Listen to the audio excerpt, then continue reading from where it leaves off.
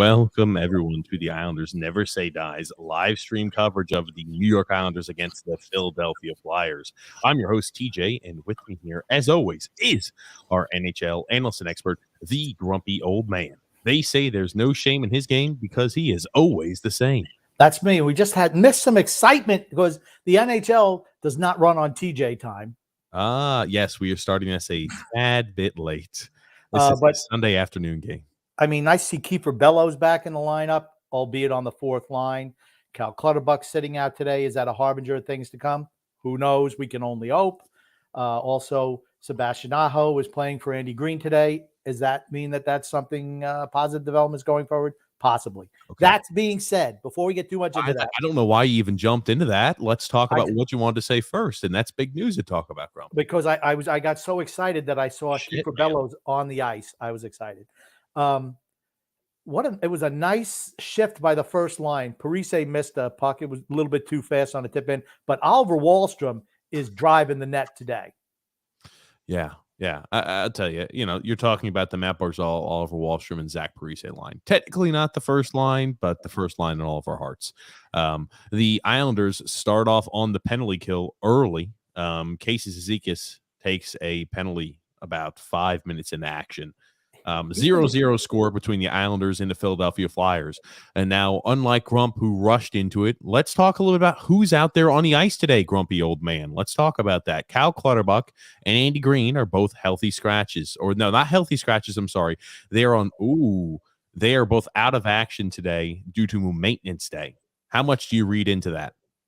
Well, they did play yesterday, 2 o'clock in the afternoon. They're guys who are older players, particularly Green. Maybe that's what it is. Of course, I'm hoping that they're getting moved. We'll see.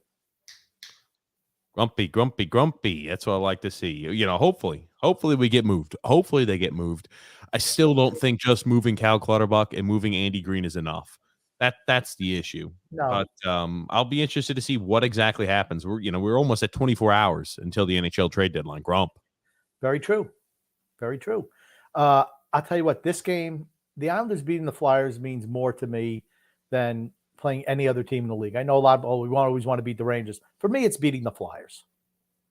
I don't want them to win any games. The season's over. Season's over, Grump. We need to help the draft stock. We need to help the position. We don't have any draft. We don't have any young prospects in the system besides Atu Ratu, maybe William DeFore. That's it.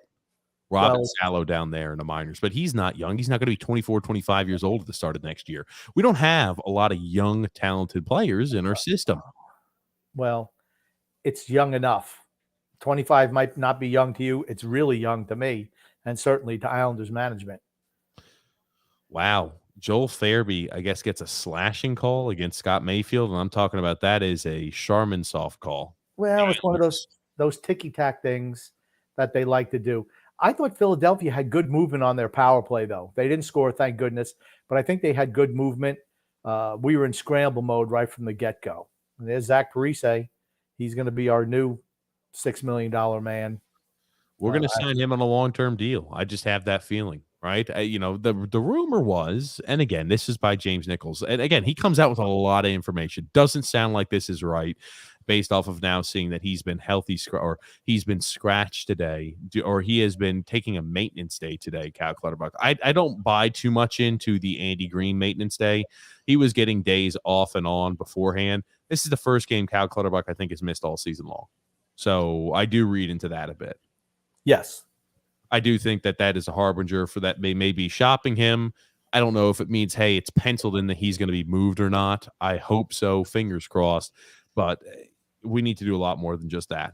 And if you don't make a move this year at the trade deadline, you set the franchise back 2 years. I don't know if it's 2 years, but you're setting them back. It was like the Milbury deal with Luongo set the team back, I want to say, almost a decade, that blunderous move. But, I mean, if we don't move anyone, it's a real mistake. I know we talked about it last night, but I'm almost like it's going to be what it's going to be. I'm just assuming they're not going to make a move. So for me, I'm already in the acceptance stage of grief. Yeah. And when I see this, right, and again, it means one or two things. It means James Nichols, again, doesn't know shit, or Lou Lamoriello keeps everything close to the vest to where nobody knows anything. As simple as that. I think it's both. I'm told. I'm That told was a unless the team steps up with a really good offer on Cal Clutterbuck, the sense is there may not be much movement for the Islanders at all. I'm not Looking to surprised. finish the season strong. The summer will be the time where they make upgrades and make moves. So Upgrade. it sounds like that's a nice way to say we're not making any moves at the NHL trade deadline, which is kind of what is indicated to all of us. Yeah. But the Islanders, Brock Nelson made a hideous pass that wound up turning the puck over with like 45 seconds to go in the power play. It's like, dude, where are you throwing the puck? I mean, and that's the end of the power play since then. We couldn't get it back in. We had nice zone time, and that terrible pass ended it that just happened. Come on, you got to be better than that. okay. You know, I forgot to mention yesterday, he had the hat trick. The one goal was good. Then he hit the one that bounced off the top of the goalie, hopped up in the air, and fell behind his back into the net. I call that a lucky goal. Oh, you're all over the place today, Grump. There's no worries, though. Well, they just showed the highlight, and I'd forgotten about it, honestly. So I'm like, oh, yeah, that's right. I forgot he scored that lucky-ass goal, and then the empty netter. So for me, he had one goal yesterday. The other two don't count.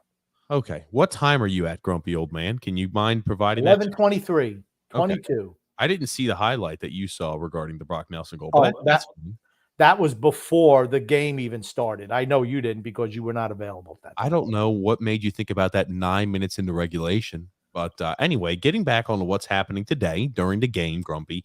Owen Tippett is a new member of the Flyers. They traded away Claude Giroux. So, I mean, this Flyers team is you talk about a team in massive rebuild mode. That's the Philadelphia Flyers, you have to think, right? Absolutely. You're trading a guy who's played 1,000 games and been a really fantastic cornerstone piece of your team for a long time. You're in rebuild.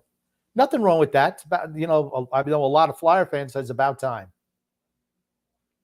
Are you okay, Grumpy? Or are you having a difficult time to do both again when you're staring at the TV and talking to me? You seem like you're droning. Come on, man. Oh my God. You know how it is, man. You just got to settle in. We got 10 minutes into the first period. Do not pick on me today. I don't want to hear it. I don't want to hear it. You are, as usual, 5 minutes into the game late. As usual. Grumpy, we were doing a special on Sunday. You were doing a special on Sunday because you didn't want to do it on Monday. That's fine. Oh, I didn't know Sorokin caught a bit of that. I tell you, he caught a bit of that. That was earmarked for the toy department. A great save by Sorokin. Just nicks enough of it with the glove side hand to prevent that from going to the back of the net. I think we've looked a little shaky today for the most part so far, and the Flyers look pretty good. Like for me, you mentioned about them trading Giroux. Are they going to move anybody else? I think it's possible. I mean, Tippett, he's not going to be Giroux, but he's a good piece, and you're getting a first-round pick and a third. I don't know if the other two players they got in that deal are going to turn out to be anything. But, like I said, I know Flyer fans who are happy with that. They're happy that they're into full rebuild mode. I mean, they were throwing good money after bad. And, we had talked about the bold moves they made this offseason. I said, I thought you said it was going to bring back a little bit of the old Flyer-esque type hockey. I said, I don't know, Grump. It just seemed like they were throwing away a lot of good pieces for a lost cause. And that's what happened, right? Now they've got to go full-on rebuild mode. They still have strong pieces, right? They've got your Carter Harts, who, albeit, has been shaky over the last 2 years. But, man, I tell you, this is a game that the Islanders, in all likelihood, are going to win. Then we've got, I think, the Ottawa Senators. We've got a lot of cellar dwellers coming up here in the next 3 or 4 games. And I expect the Islanders to win. And I expect fans to say, we're back, baby. We're back. We beat the Ottawa Senators. We beat the Philadelphia Flyers. We beat some of the worst teams in the NHL. We're back. Well, I don't believe in that. Like I said, we're going to beat the lesser teams. We've done that all year. The teams we can't beat are the good teams. And at the end of the day, if you can't beat the good teams, how are you ever going to do anything in the Stanley Cup playoffs, even if you make it back? I mean, that's a whole bigger issue. I mean, if you can't beat a good team, period, or play sub 500 against good teams, how are you going to ever win a Stanley Cup? It's a good question. Good question, Grump. Anthony R. said, do we read anything of the Islanders sitting Cal Clutterbuck and Andy Green? I do with Cal Clutterbuck, not so much with Andy Green. You know what? I'm just going on the assumption we're not going to make a move, and if moving one guy is all you do, it's like just shoveling shit against the tide, as my grandfather used to say. It's Just keeps on washing back up on top of you. It'd be underwhelming, right? One move from a team. Think about it, right? We're 19 points out of a playoff spot. Oh, nice rifle there by Oliver Wallstrom, creating offensive opportunities in that zone. Again, it's that line that creates offensive opportunities. I don't care how many goals Anders Lee and Brock Nelson score on that second line. They don't get a whole lot of offensive zone time. Oh, just missed that connection there. I don't know if it was just Ryan Pulock changes angle, or Matt Barzal led Ryan Pulock a bit, but he had a 1-on-0 opportunity and they just can't connect. Okay. And the Flyers answer right back with a good opportunity themselves, a redirection in front of the net. Big Z. Oliver Wallstrom has real jump today. He's making Parise look slow today. I can't ever remember him skating and hustling like he is today. If he continues to play like this, there's no way he ever gets separated from Matt Barzal. And that's part of the maturation process, though, right? If he can continue to do that. I love how he's playing today. I know it's only the middle of the first period, but still. Yeah, I'm about to say, I want to pump the brakes a tiny bit on that one, Grumpy. But yeah, they're just season's over. The season's over. I'm looking for glimmers of hope. Maybe you aren't, but I am. I'm looking for truth. That's what I'm looking for. Nothing else, Grump. I don't know how many more times you need to be fed glimmers of hope from every single site possible, to where you say, you know what, occasionally, right? Don't call a duck a goose. It's not. Yeah, but here's the thing. Oliver Wallstrom's part of the solution going forward. That's why I'm looking at him and the younger players in particular. Again, what does it tell you, though, if the Islanders make no moves tomorrow? That should tell you all you need to know about what their plan is going forward. Not enough to be successful. So I will withhold expectations. Sebastian Aho is also on the ice tonight too. You got Kiefer Bellis and Sebastian Aho back in action today. They are replacing the Andy Green. Oh my God. Nice opportunity there by 74 from the Philadelphia Flyers. Getting a few prime opportunities in front of the net, and it looks like the Islanders are scrambling to do anything they can to go ahead and protect Sorokin. And it's not a surprise to me that it's the Nelson line that's getting lit up. Again, I stand by my statement that he's not as great as everyone says or everyone thinks he is. His defensive play has dropped off this year, for certain. It has. And now he's got Anders Lee, who played good for a couple of days. I didn't think he played well yesterday, and he's looking not so good today. I realize it. But you know what? They probably got Lou Lamoriello told them, hey, you guys are safe. You're fantastic. Okay, we can go back to being slack asses for the rest of the year. That's what I'm interested to see. Was it just a 5 or 6 game hot streak, or is it going to be something that we see for the rest of the season? That's what I'm looking for. Anthony R. also says here, Toronto just waived Peter Mrazek. Interesting. They're going to be making a move then. For a goalie, does that mean it's Marc-Andre Fleury? Does that mean it's a guy like Varlamov? Here's the thing. I hope I come out tomorrow and I eat my words, right? I hope they're able to offload Varlamov. I hope they offload Clutterbuck. I hope they offload many pieces that are not part of the answer and solution going forward. I hope they do that. I really do. But I tell you, it doesn't look like that's the case so far. The Islanders are being outshot 7-2 about halfway through the first period, Grump. And I mean, both teams have had chances on their side, but it seems like the Flyers have a little bit more there than the Islanders. The Flyers have carried the play in the first period. With the exception of the Barzal line, we've really had no sustained offensive zone time at all. And even it hasn't been super sustained, but they've been our best line so far in this game. And then Drew L saying, hello, what's up, Drew? How are you doing today? Got a comment here as well from Double Out Buck Prep here saying, hello all. I've had some health issues, but I'm back. I was watching yesterday's podcast and then this started. Yeah, it was a surprise we wanted to do last minute, I guess, because we determined not to do one Monday, depending on what the Islanders did. So we just wanted to go ahead and provide this because we'll be in Scotland here coming up in the United Kingdom. So we will not have as many podcasts over that time period. So it'll be a 2-week time period where there may only be one podcast a week. So we wanted to go ahead and get ahead of the game, per se, Grump. Okay. I'm not going to Scotland. You're not going to Scotland? No, I'm not.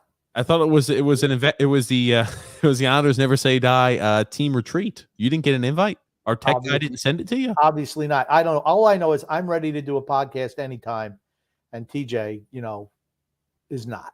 That's it. That's it. And then Anthony R saying a lot of rumblings. Holy what are you talking about? Good job by Mayfield. Stop. Yeah, he was real close to not being a good move. Very close. He did. He made the stop. He did a good job. He did. Yes, he did. I made that just before he managed to clear it out. Anthony R saying a lot of rumblings that Marc-Andre Fleury is going to the Minnesota Wild. Good move for them. Well, what does that mean for the Toronto Maple Leafs? Right? Just think about it. What other goalie is worth actually trading for besides Marc-Andre Fleury this year and Varlamov? I can't think of any. We don't know who's available either. There might be somebody who has a potential for getting moved that we haven't heard about. Bellows. Oh, goal! Casey Cizikas from way downtown. A slapper by Casey Cizikas. Look at that. Carter Hart's not the answer for them. He's not the answer. Carter Hart is not the answer because that team sucks.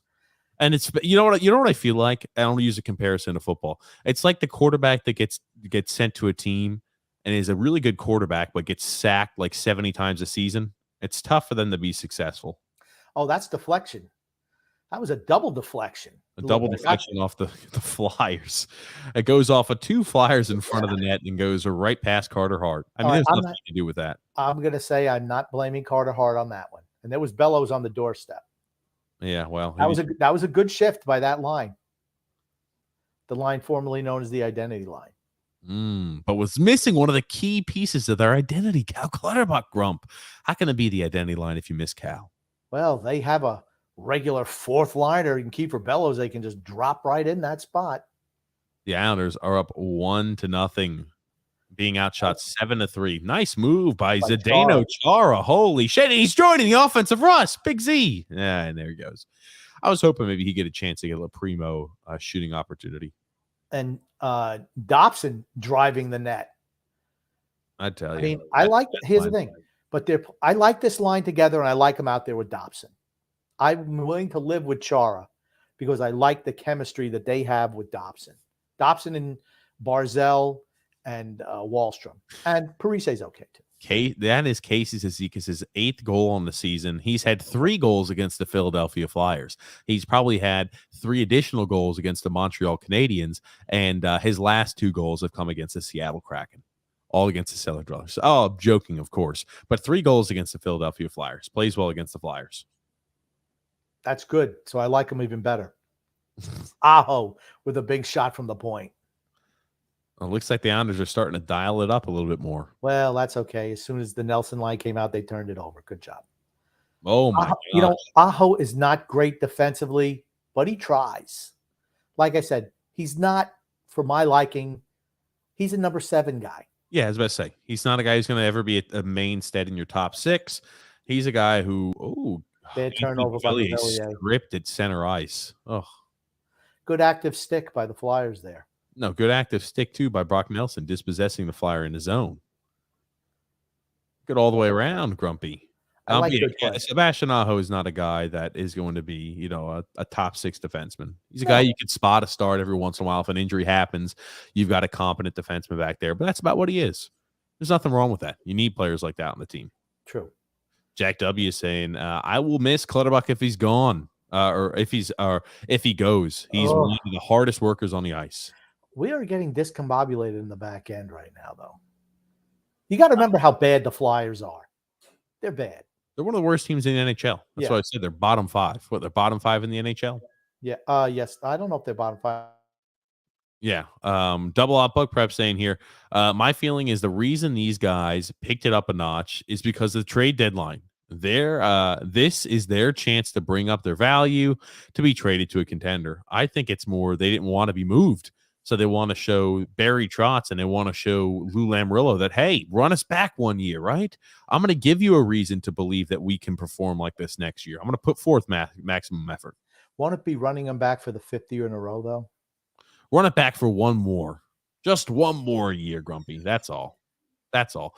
Brian BP saying here, "Yup, I agree, guys. I've already set myself up for disappointment. I just hope they make moves in the offseason." Oh, BP, it's going to be too late by then. Look at how many guys you have on expiring deals right now that you can get draft capital for. And if you say, "Oh no, let's just re-sign them," are we excited about re-signing back a 35-year-old Cal Clutterbuck?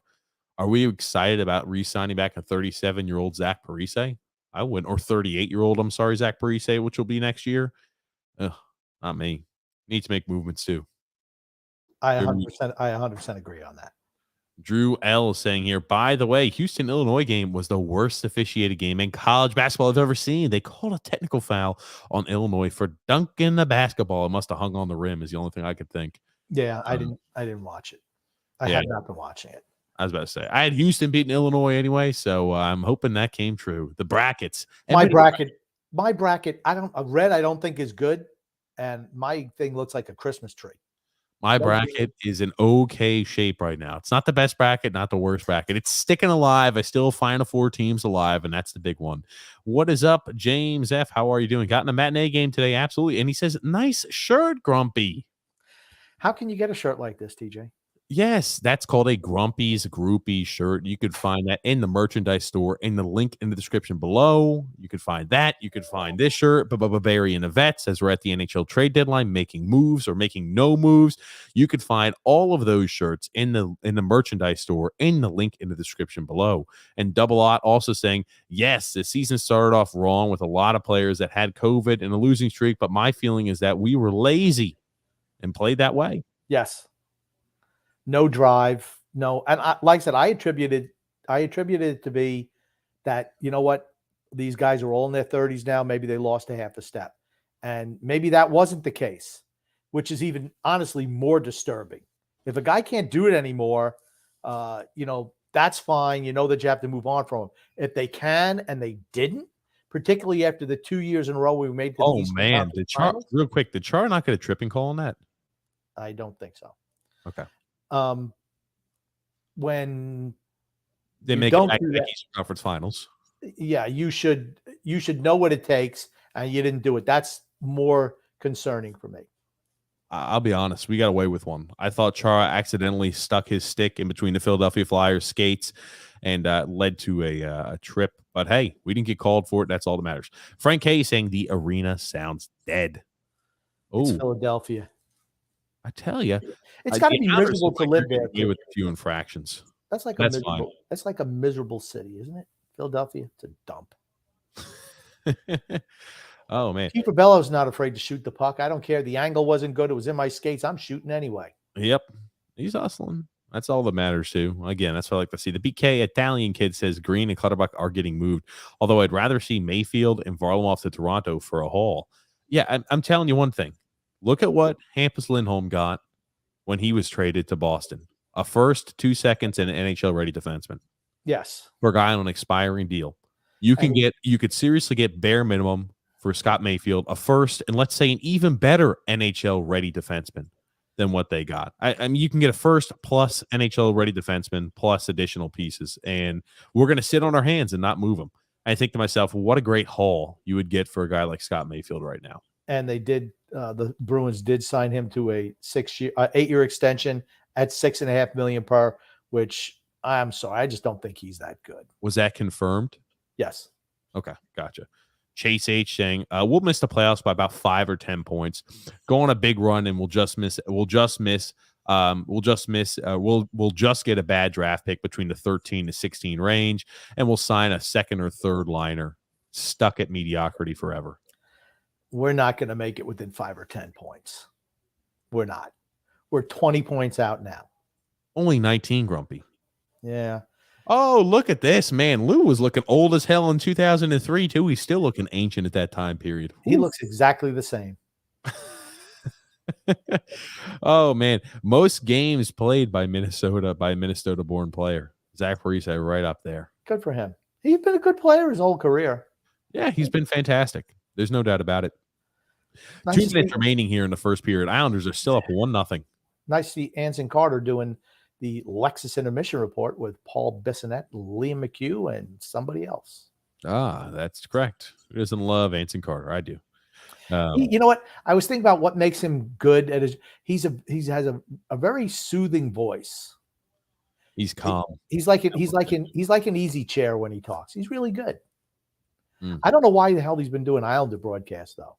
It's like why? I mean, you're certainly better than that, but like I said, I'm enjoying it. I'm not complaining. Not complaining. No. Anyway, moving right along. James saying he's missed the old Philly Spectrum. I hate Philadelphia. The Spectrum, the city. It almost pollutes the whole state of Pennsylvania for me.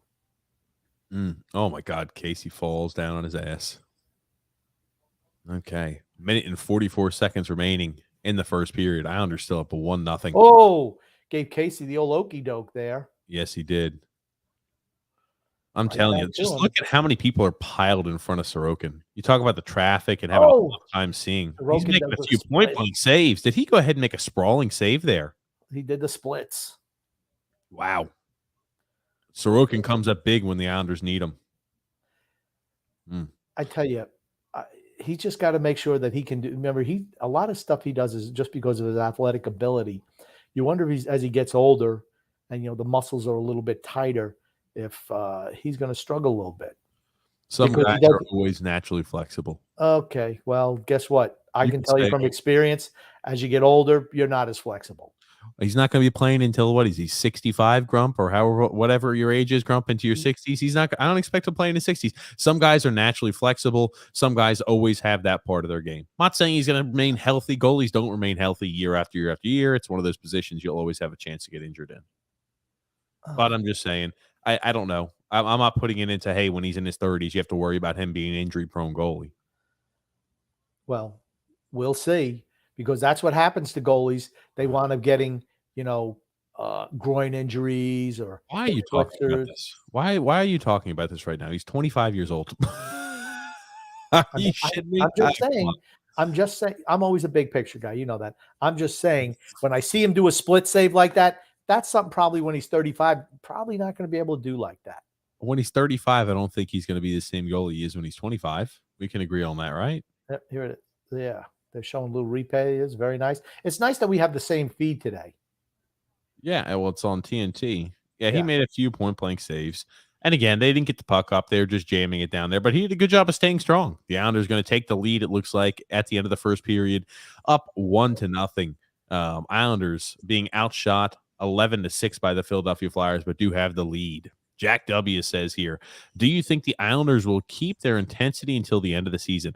I'm finally coming over from the UK to see my first game at UBS Arena against the Rangers. I hope they turn it up and give a good show. Give it a good go. Okay, Jack, you've picked a good game to go to. I guarantee you they will come out and play well against the Rangers. Sorokin always plays well against the Rangers, and so does Matt Barzal. Well, not just Sorokin. The Islanders get up for the Rangers. Even when we were really bad, we always play the Rangers tough. It looks like Jack and I are doing a swap. I'm headed over to the UK. He's headed over to the States. Brian P. saying here, 5-0-1 in their last 6 games. They've gained no ground because the Capitals have been 7-0-1 in the last 8. It's hard to make up ground when you fall so far behind. Here's the thing. I just love it that all it took was 6 games, winning 6 games over an 8-game stretch. That's all it took for Island. What the hell? Okay. Why don't you just talk? Islander fans, I don't usually look at you, Grumpy, but for Islander fans to jump right back on to, hey, we're right back at where we need to be. I don't know. We have played well. We've said it before. We'll say it again. If we played this way that we're currently playing for the whole season, we'd be in the playoff hunt. We would be either in a playoff spot or right on the outside looking in. There's no doubt about that. True. That's all you got to say about that, True? Yeah, I'm having my lunch right now. Hold on. That's your lunch. That's it. I'm not like TJ, who can eat, a boatload of beef, a truckload of beef, or, 7 pigs worth of hot dogs at a sitting. That's not. You know what I found out? Grumpy? You'll be interested in this. That meal I was eating with ramen and hot dogs, it's about a 3,000 calorie meal I was consuming for dinner. I was like, I actually added up the math on Friday evening. I said, how many calories is that when I eat a ramen and hot dogs? It's only about 3,000 calories. But you're eating just a protein shake for lunch, Grump. Yeah, what's wrong with that? You got a How was at problem with it? lunch? Yeah, how was at lunch? How was at lunch, Grumpy? Huh? Maybe well, because I'm doing a podcast. Oh, is that the quick lunch? Okay, just making sure you're not eating a protein shake every day for lunch. Fair I enough. know it doesn't stop you. Yeah, no, it doesn't. I eat breakfast beforehand. I'll eat lunch after. James F saying here, it seems the Islanders have no jump today, but I could be wrong. Maybe too much excitement from last night. Maybe. Nobody says he's great, but he's better than you give him credit for. Talking about Brock Nelson. Yeah, you give him no credit. I don't. I didn't give him no credit. I thought the goal that he scored on the feed from Bavillier was really nice. You just said that, hey, you're only giving credit for one goal because the one that he just takes a shot. Honestly, you sound like a spurned lover. It bounces up in the air and bounces off the back over his head, bounces off the back of the goalie's shoulder and goes in the net. Yeah, I'm not giving, and it's certainly not the empty net goal. Wayne Gretzky played against guys who were stand-up goalies. They didn't play against goalies So I'm going to subtract 250 of his goals, and a few of those are lucky. So I'm going to subtract 100 of his goals. I'm just like, come on, Grumpy. You can subtract 100 of his goals. He'd still be 700 goals more than Brock Nelson. I can't even believe that. I cannot even believe that you put Wayne Gretzky in the same sentence as Brock Nelson. That's why I go after Brock Nelson. I didn't. You did not actually listen.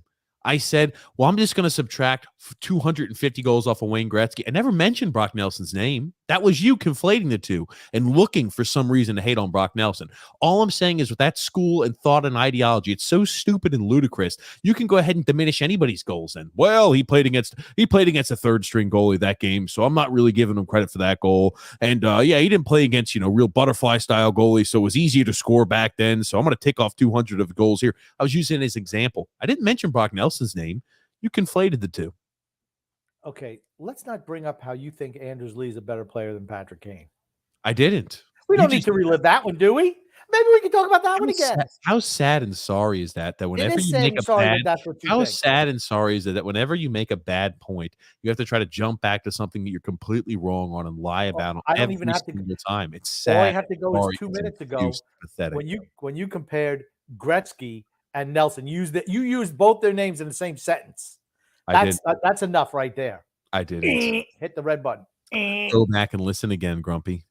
Go back and do your homework and listen again. Let's get to the comments. You're pathetic. Brian P says Brock Nelson, second line center, might score 35 goals this year. That's pretty damn good, Grump. Yes, it is, Brian. I'm going to bet he doesn't score 35 goals. Like I said, he's had a recent hot streak. He scored a lot of goals against Montreal. He's really good against them. Please stop. I'm just saying. He's a streaky guy, too. He's another guy who's very streaky. Right now, he's on a burner. Good for him. You're ridiculous. Anyway, Nick D says here, good morning, guys. TJ and Grump, just turned you guys on. I'm sure you mentioned this, but Clutterbuck's out today. Do you know why? No idea. I'm not going to pretend I know either, but the guy has not missed any action this year, I don't believe. Did he even miss time for COVID? Maybe he did. I think he's played a lot of games this year. He's not a guy who's healthy scratched all that often. Or today was not a healthy scratch. It was a maintenance day. Do I think he has a maintenance day really, really close to the NHL trade deadline, which is tomorrow? It's a little coincidental. I think that's why I think there was a maintenance day. Now, here's the other guy. I know why they did this, right? For the intermission show. You have Anson Carter's doing the Islander point of view. Then that punk Tocchet, that dirty, slimy bastard, is doing the Philadelphia Flyers site. And Bissonnette does what Bissonnette does. Biz Nasty 2.0. He's made a lot of money doing what he does now because he didn't do much as a hockey player. He's again, because he's in order, he's articulate, and he's funny. That's what you can do. When you can play a little bit, you're articulate, you know what's going on the ice, and you can also mix it with a funny brand. It's crazy how much you can take off. James F saying here, I didn't know Brassard was on the Flyers. That tells what happened to him since he was on the Rangers. He used to be really good with the Rangers. Remember that? Long time ago? Yeah. He was a guy who seems like he was always traded at every single NHL trade deadline. It was a long time ago in a place far, far away. Yeah. Isles44 says, unfortunately, I think they really are going to keep Green out for a maintenance day. Hopefully, they do actually trade Cal Clutterbuck. Yeah. We can only hope. With the goal. Absolutely. When do you see Casey Zika score on a clapper? Yeah, I was about to say it only took a few deflections that was needed. I thought it went right in, but it didn't. And Brian's right. It was hard. It wasn't Hart's fault. It hit a flyer. Correct. And what's up, Frank? How are you doing? Happy Sunday. David S. saying, is Lou going to make a move by tomorrow? Maybe one. I could see maybe Cal Clutterbuck being the only person he moves. And even then, it's not enough. It's not enough. You can't just stay pat and say, hey, I'm going to trade a guy who's going to be retiring at the end of the year. Maybe they want to bring back. Here's the thing. Even if Cal Clutterbuck, guys like Parise want to come back, trade them away at the deadline and sign them back if you're so freaking hell-bent on it. I would argue not to sign either of those two players back unless Parise is willing to take a cheap deal. But trade them away, and if they want to come back, sign them as an unrestricted free agent. What is so baffling about that concept? Nothing to me. I could go ahead and trade them away for the last 20 games of the regular season where I'm not going to need to use them. They get to play for the playoffs and try to win a Stanley Cup, which they want to do, and they could sign them back if they really want to come back. I mean, the whole thing is, particularly with Parise, he's never going to get the ice time anywhere else that he's going to get here, because we think he's the be all end all at 37 years old, soon to be 38. I mean, if he goes and signs for somewhere else, he might get a little bit more money, but he's not going to get the opportunity he's going to get here. And if he's just all about playing now, this is where he want to come back to. And for Clutterbuck, he's a fourth line guy. That's what he's. Frank saying, did you see Aho sprawled out to try to do his reenactment of the Sorokin save? I did. Yes. Dobson is one of only 5 Islanders defensemen to score 35 points at 22 years old. Potvin, Janssen, and Paul, how do you pronounce that? Butler? Bertillier. Sorry, Grump. He played before probably I was born. And Brian. Okay. Did the letters were they invented before you were born too? Or the name is French. I guarantee that's a French name, Grump. Sorry, I don't speak French. Sorry. Every time I see a new name that doesn't look like it's a name like a John Smith or an Applewood or something that's common in the United States, I struggle with because I don't see those names that often. Oh, my God. Brett W. says here, Felice Toronto for Varlamov. Great. I'm all for that. You and me both. I thought Varlamov's been okay recently. Better than he's played all year. I mean, for me, he's not been great for the majority of the year, but he's looked good the last few games. I've got to show you something funny. You know our friend of the show, Andy Francis Crumpy? I do know him. Well, did you happen to watch? This is a quick aside, and I promise you'll enjoy this. Did you happen to watch the Gonzaga team play? There's a tall, skinny fella named Holmgren. Did you happen to see him, Grumpy? Are you familiar with who I'm talking about? He's got quite the honker on him. Not necessarily. He's the big guy who's like 7'1", 7'2". Weighs 112 pounds. Yeah. 190 pounds. Yeah. Well, we don't weigh 190 pounds. Somebody said that Holmgren and Andy Francis look similar, and I just couldn't get over the comparison that they put up there. He looks better than Andy Francis. Oh, stop, Grumpy. Stop. I don't know why Andy is trying to make himself look better. You know what? I can't wait to get him back on the show. I don't know why the hell he's up there flexing. He's doing a little picture for the beach bum tanning thing. It's a tanning thing. They probably make you take a picture after you go tanning. He's in Florida, Grumpy. He's living it up. He's living it up when it was cold out there. Still living in his mom's basement. No, Grumpy. No. I love the comparison. I feel like you would get a kick out of it. Philip N saying, hopefully the Islanders, there's a lot of Islander fans there. I'm going to bet there's not. You don't go into I'm telling you, you don't go into Flyer territory wearing an Islander jersey. And you certainly don't open your mouth because they might give you a beating. And then Frank saying, TJ, you mock Islanders team you mock the Islanders team, but like announcer said, all teams dread playing them in the playoffs. You guys don't give the Islanders enough credit. Tampa's one of the best teams ever. Tampa's a great team. I said it before. They had 5, I think, future Hall of Famers, no doubt about it. But, here's the thing. When you look back in history, how many times have you gone across and said, oh, yeah, that was a team that could never win a cup because they could never get past this team or they could never get past that team? Grump, I know there's a whole bunch of them that you always equate to. I'm trying to get you to give me the name of a few of those teams, Grumpy. And that's what I was trying to buy you some time as you took a few sips from your lunch. But I mean, like, I know you've talked about them before, like, hey, this team could never get past this team in order to win the cup. I know there's a few of them always every single time period and decade throughout sports. Here was one. Calgary Flames were a really great team in the 80s. They were the only team that could beat the Oilers, but they get knocked off by somebody else every year. No one will even remember them, that team, except that they won the cup. When you don't win a cup, you're just relegated to the history bin. You want to know the only team that people remember for being a loser? The Buffalo Bills. The 4 Super Bowl losses in a row. That's why. That's the only reason. Otherwise, they'd be an afterthought in history. And the thing is, too, right? If it wasn't for the Capitals winning against the expansion team, they never got out of the first or the second round. Year after year, they could never get past Pittsburgh. There's a lot of teams where it's like, oh man, we can never beat this team. And the Islanders are, oh, we can never beat the Tampa Bay Lightning. The Tampa Bay Lightning is just so damn good. So what do you say? Well, we'll just continue to roll things out and hope for different odds. No, how can we be a better team? How on paper could we look better than them too? It's a lot of work that goes involved. They got 5 future Hall of Famers. I stick with that. 5 going to be probably Hall of Fame caliber players on that team. And here's the thing. Here's another team we can't beat. That's in our own division. Carolina Hurricanes. Cannot beat them. Cannot beat them. Frank saying he wants that shirt. LOL. You can find it in the link in the description below, Frank. That's where you can find it there. And TJ, what percentile are you in the bracket? Currently, I'm at 66.9. And one league, I'm like 86. And the other, I don't know. I'll have to look it up.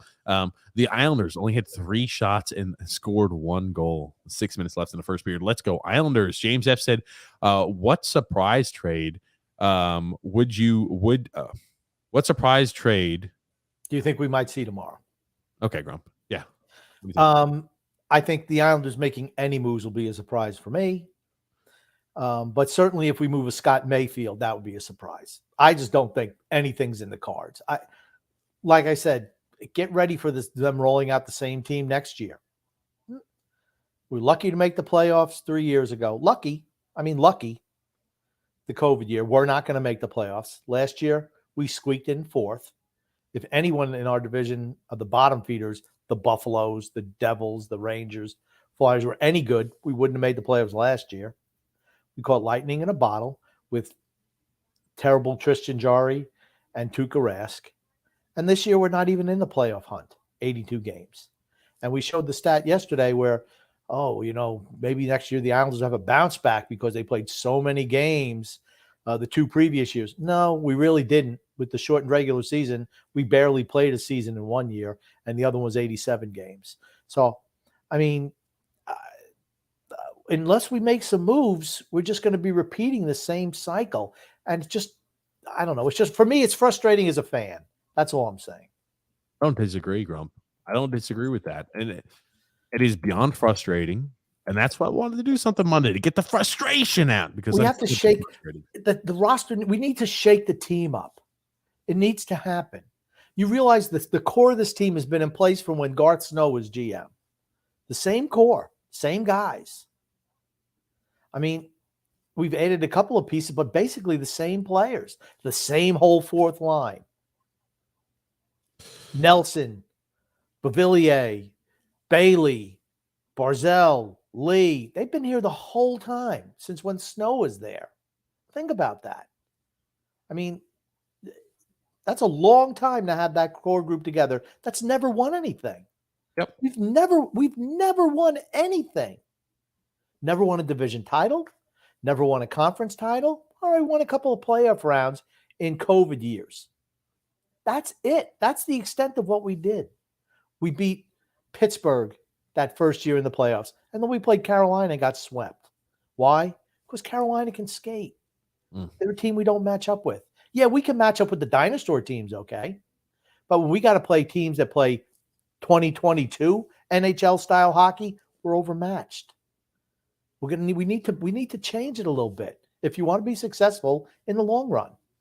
Maybe people are happy with just us, qualifying for the playoffs every year, maybe coming in 4th in our division, getting beat in the first round, maybe have a little bit of success. Maybe people are happy with that. I'm just not. Oh, Grumpy. This is a great one. This is a great one by Tony Cheese. I don't know how long it took him, but Tony Cheese, hats off to you. I got to see, I don't know if I told you this, Grump. Tony Cheese actually caught a picture. I met Anders Lee yesterday. Grump. You did? Yes, I did. I met him. And you would be shocked. It was in the most odd and crazy situation too. Can I say how it happened? Can I guess? Yes, I'll let you go ahead. I'll let you guess first, because I did meet Anders Lee yesterday, ladies and gentlemen. So that's, again, this is truthful here. But yes, I'll let you take a guess how I met Anders. I think you were leaving your apartment and throwing trash into the dumpster, and there was Anders. I wasn't leaving my apartment, Grumpy. It was close. I was leaving my house, as you could see here. And I'll zoom in so it's easy for you to see. Look at that. You could Very see nice. you could see me over here, and I've got my work pants on. I'm waving as I'm dropping off my trash bin. And here's Anders. We're waving at each other, Grumpy. So thank you, Tony Cheese, for being able to capture that magical moment of me and Anders. It was truly a special one. So I'm Tony, I don't know how you got there to take that picture, but thank you. I just want to say that it shows the leadership that Anders Lee exhibits, the fact that he's the driver of the truck as opposed to, the guy who picks up the trash. There it is.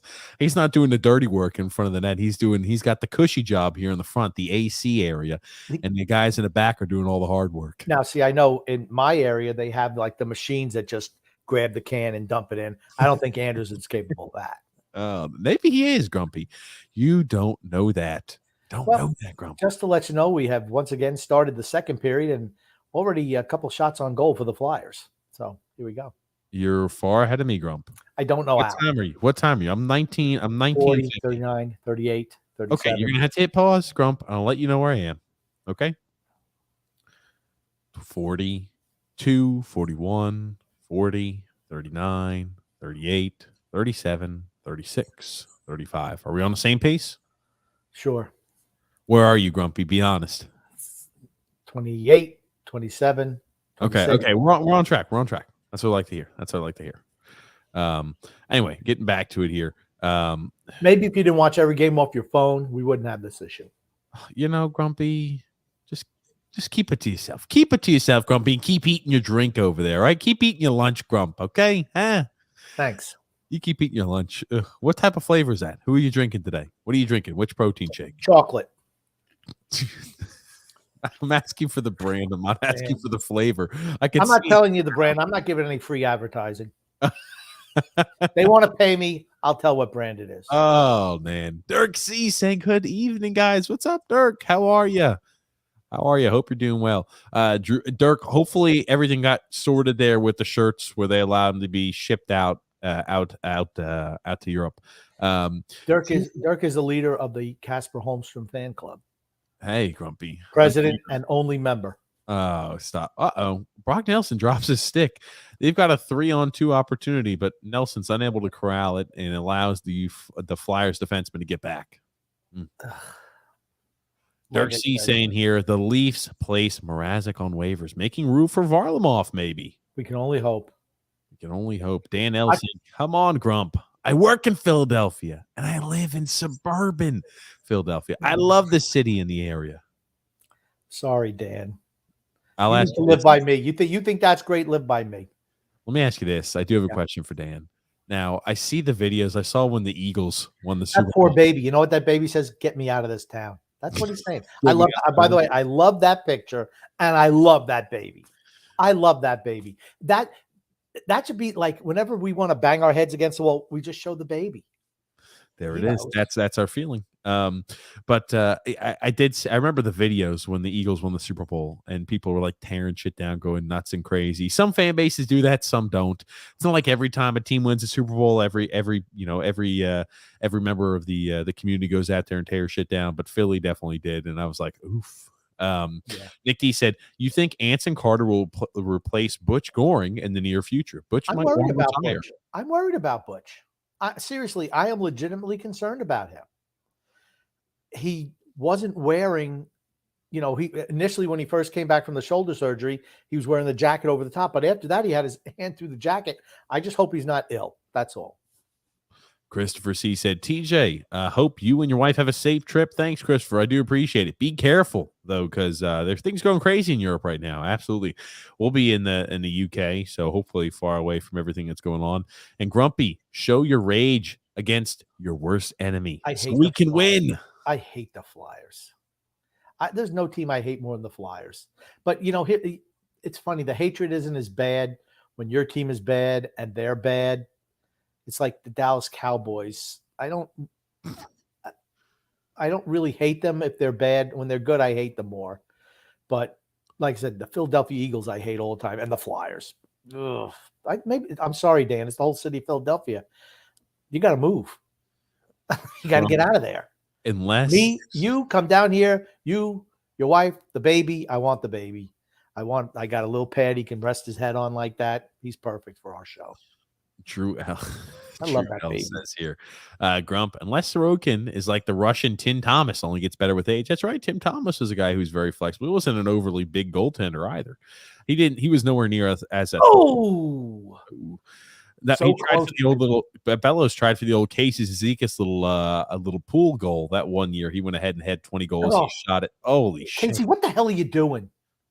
Trying to turn the puck over at the damn blue line. Oh man, everything's a reach and a poke right now. Move your feet, fellas. Dirk is saying Clutterbuck is on the move because he didn't dress tonight. Maybe. I hope so. But what are you going to get for him realistically? Maybe a third. Maybe a third. Here's the thing. I'm willing to get anything because we need more draft capital. I'm willing to get a third too, but I'm just saying there's so many more pieces. You should trade away Parise too. Absolutely. Anything you want to be here long term? Great. Sign back in the offseason. We don't need you we don't need you. We can go ahead and sign you back on a league vet minimum deal this offseason. You can go ahead and play your last 20 games and hopefully have a chance to win a Stanley Cup with another team right now. I want you to win a Stanley Cup. We can't give you that this year. Tell you what, Kiefer Bellows showing out today. Anson Carter does the national games. I love Butchie. He'll stick around for a couple more years, but I bet he'd like to have, he like me has a torn rotator cuff, I believe. But he had the surgery, and he initially had his arm in the sling. I've had torn rotator cuff surgery, but once you're able to get your thing in a jacket, there's no way he should be out this. He's missed quite a few games, a lot of games. Maybe they gave him the rest of this. I don't know, but I just hope he's well. That's all I'm saying. And about the trade deadline, you talk about, oh man, that looked like an interference there. Oh man, who was that back there? Sebastian. I know Aho turned the puck over, but it looked like he was hooked a little bit going around the net. Looked like there was a little that phantom hooking thing. Let's see here. Well, it doesn't matter. The game is tied at 1 apiece. Look at them. All the Flyer fans, they're all drunk already. It's typical Philadelphia. They've been drinking since 7 o'clock this morning. I mean, to live in that city, you got to be drinking. That's interference by what's his name there, I think. Little Farabee. Is it? No, it's not. It's a really good play. No, it was a good play. All right. Give credit. Hold on. I've got another question. Did that even go in the net? Yeah. As we're leaving the zone, why are there 3 Flyers to our 2 defensemen back? They had 4 Flyers up there. Everybody was leaving for an early exit. I would rewind it to find out who the lax line was. I'm going to bet it was Nelson's line. It was a Nelson Andersley line. But I'm not sure if they were in transition or what the deal was. Here's the thing. It's a bad turnover by Sebastian, right? That's where the issue is. Oh, my God. It's like we're getting fired upon. My God. We've been outplayed by the Flyers today. Yikes. Okay. I hate them. Derek Brassard. Maybe we'll sign him back for multi-year deal. It's weird to see Derek Brassard with a long beard on. Yeah. I mean, just to touch back on the trade deadline thing and guys we want to move. I mean, when I say that, we should move Nelson, we should move Mayfield, it's not because I don't think they're good players. It's just I think they can generate the most in return. Why would everyone knows Nelson? My God, stop with the Nelson. Because he doesn't have a no trade clause in his contract. That's why. Okay, trade everybody with the no trade clause. Okay, let's trade everybody we can. Okay. Let's trade the entire team away. You want to let me finish my point, or you just want to keep on running your lips? It's absurd, but I'll let you finish. It's absurd. When I say those things, it's because I think that they can expedite our retool. Okay. Scott Mayfield, same thing. Let me ask you this. How, if you trade away Brock Nelson, does that expedite your retool? Because you can get a whole lot for him. That's why. Okay, so now we're going to go everything through the draft. Now we lose a bona fide number 2 center, who is going to be a solid number 2 center for the next 2 or 3 plus years. Your team's not going to be any good in 2 or 3 years. Your team is not going to be good enough to make the playoffs in 2 to 3 years. It's not going to happen. That's my point. That's my whole point. If you're not going to be part of the team, a resurrection of the team, you're open to be moved. He's in his 30s. Scott Mayfield, same thing. I love Scott Mayfield. Mayfield's different. He's not different. It's the same thing. He has a no. He doesn't have a no trade clause. You can get a lot for him. Scott Mayfield has a very cheap contract, which makes him valuable, and he's got 1 year left on it. He's a guy who, when he does hit unrestricted free agency, is going to want to sign a big deal. That's why Scott Mayfield's different. So what? We have the money to sign him. Hold on. Stop and relax for a second. The reason he's different is because Scott Mayfield, we know, will not be signing back with the Islanders. You have no. You don't know that. You don't know that. You don't know that. You have no idea. You have no idea. That's what you're thinking. Here you go. I'm going to ask you a question. Do you think Scott Mayfield's going to take another hometown discount? He's never made more than $1.45 million a year. He's 30 years old coming up on it. Do you think he wants to get paid for the first time ever in his career? Or is he going to take an altruistic approach and say, I don't need the money. Don't worry about it? No idea. What do you think, Grump? No idea. He's going to want to get paid. So what? I think if he wants to come back bad enough and they like him, they'll bring him back. Okay, they're going to pay him more than Pulak and Pelech? No. A guy like him would make $4.5 million on the open market. You're going to pay him the same exactly you're paying Pulak and Pelech? I don't think so. So you're not going to keep him. You don't know that. Okay. You don't know that. Because our team has been really wise with handling cap space in the past. I'm sure they're going to have millions of dollars. You know what? Now I guarantee he'll be signed back because that's how we mismanage everything. So, yes, he will definitely be back on an overrated contract. Yes, he will be. Thank you. Now you prove my point. Yeah. But that's my whole thing, right? You let it. I have no problem with moving him if he can get a whole lot of assets. We only have a few players on this team who are worth anything, honestly. Nelson's one of them, and so is Mayfield, who don't have no trade clauses. Double here saying, we will know after the deadline if we keep playing hard. I was wrong. But if they go back to Lazyville, well, I was right. Either way, they should get rid of Kyle, play like Mary, and Matt Blanken, and then Josh Ferry. Josh Bailey, absolutely. Frank here saying, man, I was just thinking, even the so-called bad teams aren't bad. There's just so many good teams in the league, says Frank. There's a lot of parity in the league now. And I think it's because the league is different than it used to be, where guys who can skate and are good with the puck can make a difference. It wasn't like that in the old days. Christopher C. saying, boys, last night you went all out with your anger. Hopefully your wives didn't hear the rants on the other side. Oh, yeah. I got some complaints. I didn't get any complaints. No complaints in my household. The complaint department. No complaints. Oh, the warden give you complaints, Grumpy? You know the way the warden is. Jim P says, I guess Chara is not going. I guess Chara is not going. He didn't want to go. Yeah, he didn't want to go, so they would move him. And also, Jim P says here, Brock Nelson is our number one center. Jim, I hope you're joking around. No. I hope you're just trying to get a reaction from us. No. Ooh, holy hell. Owen Tippett hits it off the post. Look at that. I don't know what you're watching. They're showing us the replay. I'm in a commercial. No, I'm on NHL TNT. Showing Owen Tippett ring one off the post. And now they're showing Owen Tippett talking about his ice time, talking about his shifts. So you're not seeing that on your screen? Nope.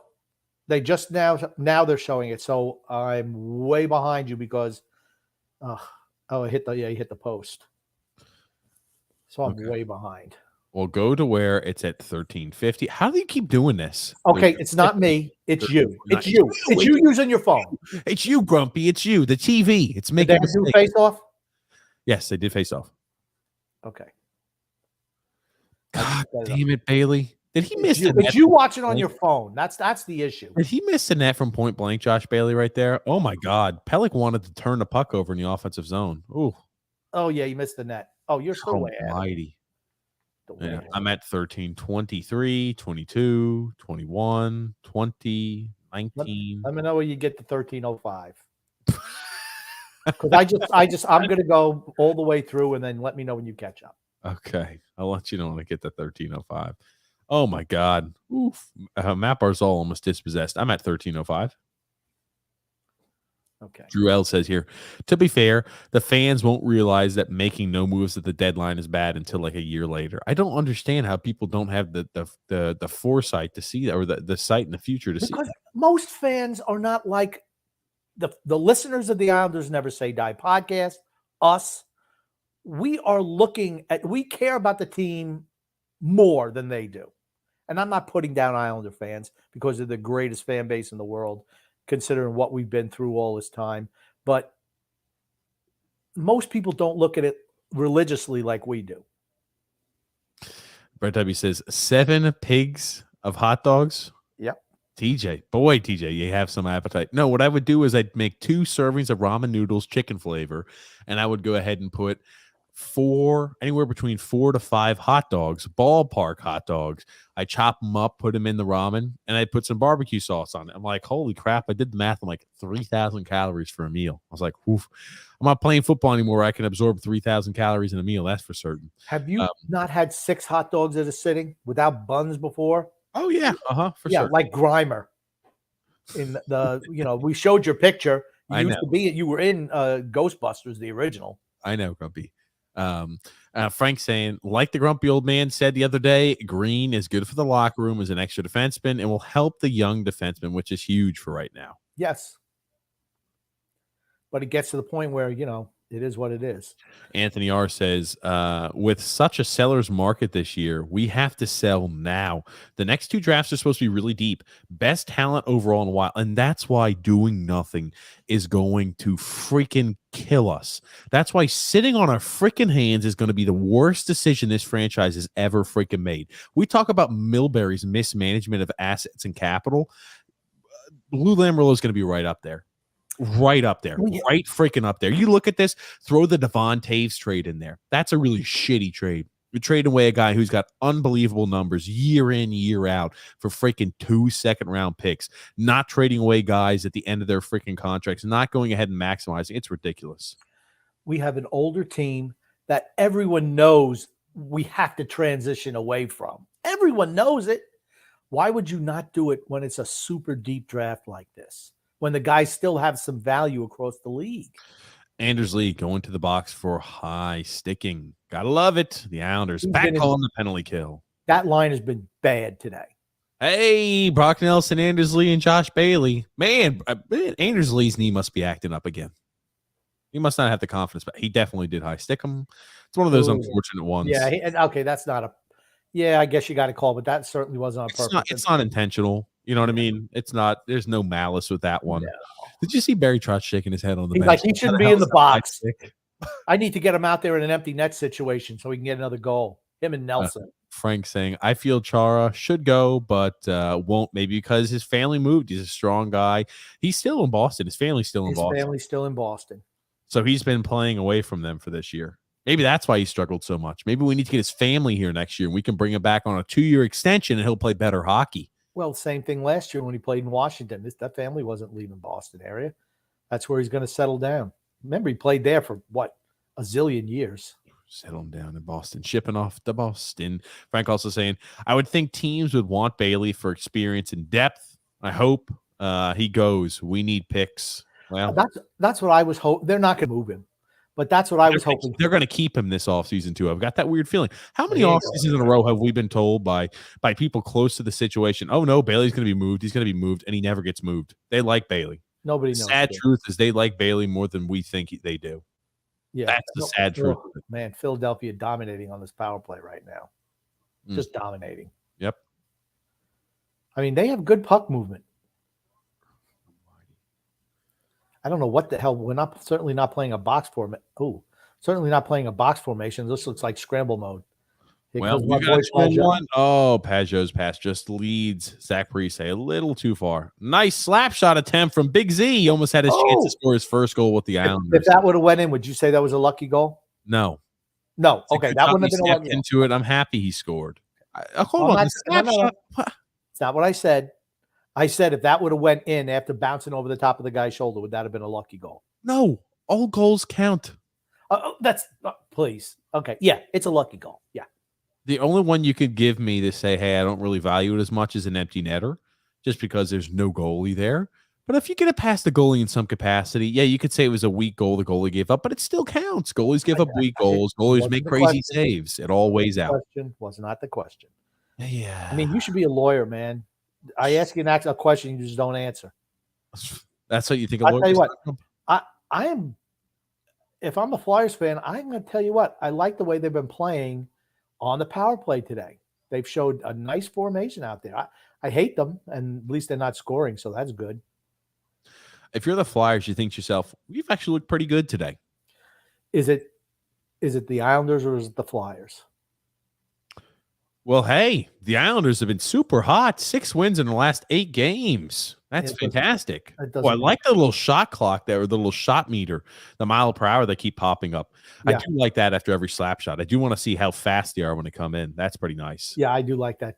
Some of the innovations TNT has made have really been good. Like the penalty, like when they tell you the penalty time, they put like a little circle in the face-off dots. I kind of like that. I mean, I do too. It helps me see it. Yeah, they're not great, but they're getting there, and I like some of the innovations. It's not, it's you looked at some of the stinkers of innovations that we've had in the past, aka the glowing puck and stuff like that have been real stinkers. The ones they put out, I think, have actually been pretty nice. Yeah. I mean, I also like the one they do sometimes when they have the the trajectory of the puck when the laser dot where it's going. I kind of enjoy that too. It's like a video game. It helps you see. It helps you. Oh, playing the videos. Okay. Well, let's see here. Everything is just out of people's reach today. Yeah, that's what it seems like. Matty B with the dangle there. Oh, come on. He's moving around again, like he's got lazy. The whole team. And freaking Pellick Roos. It gets deflected. Okay. Yeah. Frank saying, TJ, good point, TJ. Trade him and get him back if they want him in free agency. But remember, Lou keeps it quiet to the last minute. He'll make moves that he needs to. Frank, what I worry, though, is I see all the reports that come out that say if a guy wants to stay, he'll keep him, and players want to stay. That's concerning. And when I see, hey, the only people we see is a healthy – if you really are planning on trading guys, you would not play them today at the possibility and risk of injury. So True. The fact that we've only sat 2 guys out of the lineup – we've sat Andy Green out of the lineup before. We have not done that often with Cal Clutterbuck. So I think Cal Clutterbuck, again, is probably the only likely candidate to be moved. And if that's your big move at the deadline, it's a fail. What's Boudelier? Paul Boudelier. Yeah. The spelling was wrong, but yeah, it's Paul Boudelier. That was a long time ago. And then, no, he was just telling me how to pronounce it properly. Frank saying here, well, letters before TJ was born, the grumpy old man. Grumpy, Simon has 3 points last night for Bridgeport. Yes, still don't believe in him. Wait and see, Grumpy. Wait and see. Here's what I said. I'd love to see him playing up with the big team now. See what he's actually got. That's what I'd like. Here's the thing. Here's the difference, though, Dirk. The 3 amigos are scoring that type of points in the NHL. Brett W. here saying, yep, the 90s New York Knicks couldn't get by Jordan. Yep, there's another one. Yeah, it's like, okay, we couldn't get past a certain team that was way better than us. Well, we want to keep throwing good after bad. Got to make adjustments. Ariel C saying here, the Golden Knights, the year the Capitals beat them, were so good. Don't downplay them like they were trash. They're still an expansion team. They were not great. Here's the thing. I'm going to downplay them in the fact that it's kind of like the Islanders the first time they came on the scene after being miserable. Nobody was expecting them to do what they did. And for the majority of this season, I think they could catch people into saying, what the hell is happening? And, the Vegas Golden Knights, I would argue the Vegas Golden Knights are a lot better team currently is constituted than they were when they originally started. Yes. And when they originally started, their record's better than their record is now. And you look at, are they going to make the Stanley Cup Finals this year? I have no idea. But their team currently is way better than what they were back then. So, I mean, I think to myself, yeah, you got the Jack Eichels now. And I mean, they didn't have anywhere close to a talent like this originally. No. When did they originally trade for Mark Stone, Grump? Was that the first year or the second year? It was the second year. Definitely not the first. So they didn't even have a guy like Mark Stone yet either. Right. William Karlsson was their big guy. Parise crashing the net there. Nice job. Noah Dobson is all over the ice today in a good way. And Carolina is not as good as everybody thinks. They're not winning anything this year, says Ariel. Oh, Ariel, watch out. Watch Anderson out. is top 5 in the NHL in save percentage. That's all I'm going to say. I mean, I don't think he's a fantastic goalie. He was good for Toronto for years, but he had a bad year last year. I think that, Matt Barzal's been out there on a shift for quite some time. That's all right. He'll get off soon. Hopefully. The East is unbelievably tough. The East is way better conference than the West. There's no doubt about that. And the best division in all of hockey is the Atlantic. I don't know top to bottom if they're better than the East, but the top teams, the top 8 teams, are better than the West. You don't know if the East is better than the West. I think overall top to bottom, I don't know if the East is better than the West. Maybe, but certainly the top 8 teams, the upper crust is way better than the upper crust in the West. Okay, think about, you've got the freaking Edmonton Oilers who have been miserable all year long or in a playoff spot in the West. That's what I said. You've got the Kings, our team, who are in a playoff position right now.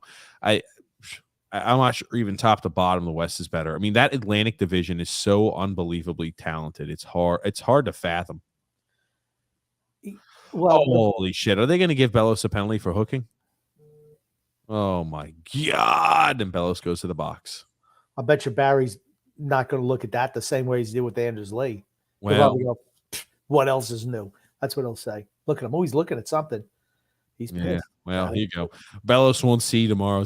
Bellows won't see the next action. Did he hook him? Yeah. Okay. Oh, it's another of those bullshit calls. It's just like all these are calls these days, but I'm just like, come on. Oh, it's because he lost the puck. I'm sorry. I hate those calls. I hate them. Barry, that looks like a new suit jacket for Barry, bigger than his usual ones. Hey, I'm there. I understand, Barry. I got to start getting some bigger suit jackets. And then double, you're saying keep Broccoli, Rab Nelson, and then possible 40 to 50 goal scorers next year. I don't know about that. If you put them on the right line, no. I think maybe you're looking at 30. 30 goals is really good for Brock Nelson. There's nothing to diminish that. I'd be more than happy with a consistent 30-goal-a-year type of guy. Whoa, my God. Oh! Sorokin.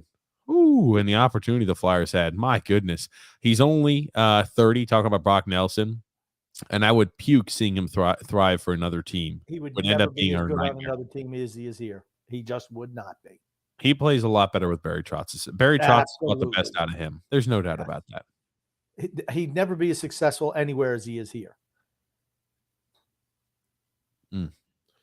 Watch out there. Oh, that little cross check. I was about to say, right? It's Chara, man. Chara gets away with anything he wants in the league. They've kind of given up on that cross check thing like they were earlier. They'll try again next year. It only lasted for about 20 games. Next year, they'll probably do it for like 35. Or they'll have something else, man. They really move the puck well. They are really good moving the puck. And then, of course, they turn over. But, I mean, their passes are really good. That one kind of got away from the forward. But okay. Yes. They look like they are just, again, hard to control things, but they're moving a million miles a second. Oh, no, that was a good job by Chara. Chara is one who usually makes that block. It's not Sorokin. He didn't even see it. Sorokin would have made a save. Chara got in front of it. Look at him doing splits, man. Sorokin was there, though. Hell of a play all the way around. Chris Smith saying here, that was a really lucky goal. The Calgary got to knock off the goalie like that. Tough for Edmonton's defense. I mean, you look at Edmonton. They desperately need a goalie.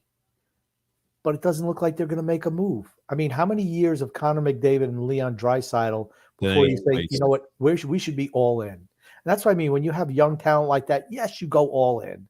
But if you don't, you don't. You bide your time till you get that type of talent. Well, it's still tied 1-1, about 5 minutes remaining in the second period. Flyers still on the power play. I'm telling. Look at the freaking defensive breakdown. Look at the defensive breakdown. And look, they're all, what are we doing here? Look at that. I mean, again, not Sorokin's fault on either of those goals, but now we're going to say, Bellows, how dare you take a penalty? Look at these. Bailey was out there. Every single one of these Flyer fans hammered. They're pounding some brewskis at the Flyers games. They still think it's St. Patrick's Day. Look at that. I mean, like, not clearing out Pellick, not clearing a damn soul out in front of the net. What the Pellick looking for the puck all over the place. Hayes almost misses that. He puts that off the crossbar and in. Great That's a job. good shot. That's a good shot. Great job on that shot. Nice finish. I mean, look how much traffic there is in front of the net. We don't mark our mans. We got guys standing around, not doing shit. That's a goal score. That's a goal scorer goal right there. Be able to pick top shelf like that. I mean, Sorokin's been fantastic. Okay, but let's be honest, they've outplayed us. They have. They have outplayed us. I mean, what are people going to say today after we get if we get beat by the damn Flyers? Oh, well, it's because we played a back-to-back, Grumpy. It's because we played yesterday, and they didn't. They were more well-rested, Grump. That's why they look better than us, is because they had more rest. That's what it was. I will say Anthony Rivalry does not have the jump today, and that's why the second line isn't producing. If he doesn't have jump, they don't produce. My God, we're in dire straits right now. We're on the ropes. We're on the freaking ropes. No doubt about that. I don't think we're doing the rope-a-dope either. Do you know what rope-a-dope is, TJ? Yeah, it's when Muhammad Ali would let a guy tire him out. He'd let him punch himself to sleep, punch himself to when he got tired, and he hit him with what was it, Muhammad Ali or Tyson?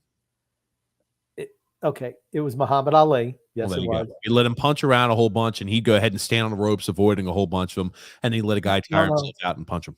No. What is it, Grump? Rope-a-dope. He was absorbing the punches. You want to know why he's got Parkinson's? Because he stood there and just took punch after punch after punch. This is when he was older. That's what he used on George Foreman to win the World Heavyweight Championship back. And Foreman punched himself out. He would stand there on the ropes, and he'd have his hands over there avoiding punches. He wasn't avoiding punches. He was getting hit with the punches. Yeah, what he was doing was standing right here and saying, "Punch me in the face, Grumpy." He was avoiding punches. Get hit. No, he's like this, hold like this, and the guy's hitting him on the body, hitting him on the glove and top of the head. That's what rope-a-dope. He wasn't avoiding punches. He was getting hit with the punches. Rope-a-dope. He's laid against the ropes, let the guy punch himself out. He roped the dope. He laid on the ropes and let the dope punch himself out. Rope-a-dope. Frank saying, I got a feeling that Philip Forsberg is coming as a coming free agent. Fingers crossed. We need 2 scores to this team, and that could go to the cup. We need a lot. Okay. We need a lot. Think about this. Oh, my God. What the hell was that, Pellick? Pellick. Okay, let's say we get 2 scores. You realize you have to move 2 guys out, 2 forwards out who make money. I mean, that's who are on, long-term contracts. We're going to have to move 2 of them. And that's the issue for me. It always has been. They're going to move Bailey. They're going to move Bavilier, maybe Bailey. Those are the only 2 guys you could move. You're not moving Nelson. You're not moving Matt Barzal or Barzal, as people want me to pronounce it. You're not moving either of those 2 guys. What you do is you have to move a winger. You can't move Anders Lee. Cannot be done. You're not going to be able to move a guy. I mean, maybe you can move Paul Mary, but he's still got the no trade clause for the first 2 years. So you can't move. Holy shit. My God. We're hemmed in our own zone. Ooh. Oh, my. What line's out here right now? Oh, the 4th line. Jesus Christ. The 4th line was out. Oh, my God. Hemmed in our own zone. Oh, my God. With Chara and Dobson. Yeah, one of the guys. The reason why is because now say Lou, call Lou. We can't trade Clutterbuck. Did you see that shift? Cannot trade him now. We need him on the 4th line. Yep. I mean, Bellas took a penalty today, and we just can't afford to have a guy out there in the 4th line that takes a penalty. Cal Clutterbuck never takes penalties. He's fantastic. He's perfect. Grump. I still just want Ledecky not to resign Lou and Barry. Here's the bad portion, right? Look at it like this. Oh shit. My game is buffering. Look at it like this, Grump. You're in a situation where Lou and Barry could gut the living shit out of the team, the prospects like they already have, or Lou could do that, and he could throw everything in for one last hurrah, and then he could say, I'm gone. Yeah, I mean, that looks like Mayfield was getting hooked. Yes, I 100% agree. Or they don't like the direction of the team. And that's the problem. To me, as I've said before, get a young assistant GM in here and let him start running the team, kick Lou upstairs, make him president of hockey operations, whatever you want to do. I don't care. But if it's truly going to be a battle between Barzal and Trotz for who stays, you don't pick the coach. You never pick the coach. You always pick the player. And if he's gone after next year, all this is for nothing. And the fact that you could have started a retool / rebuild, whatever you want to call it, fixing the team, and you waited out a year. Oh my God, Pulak.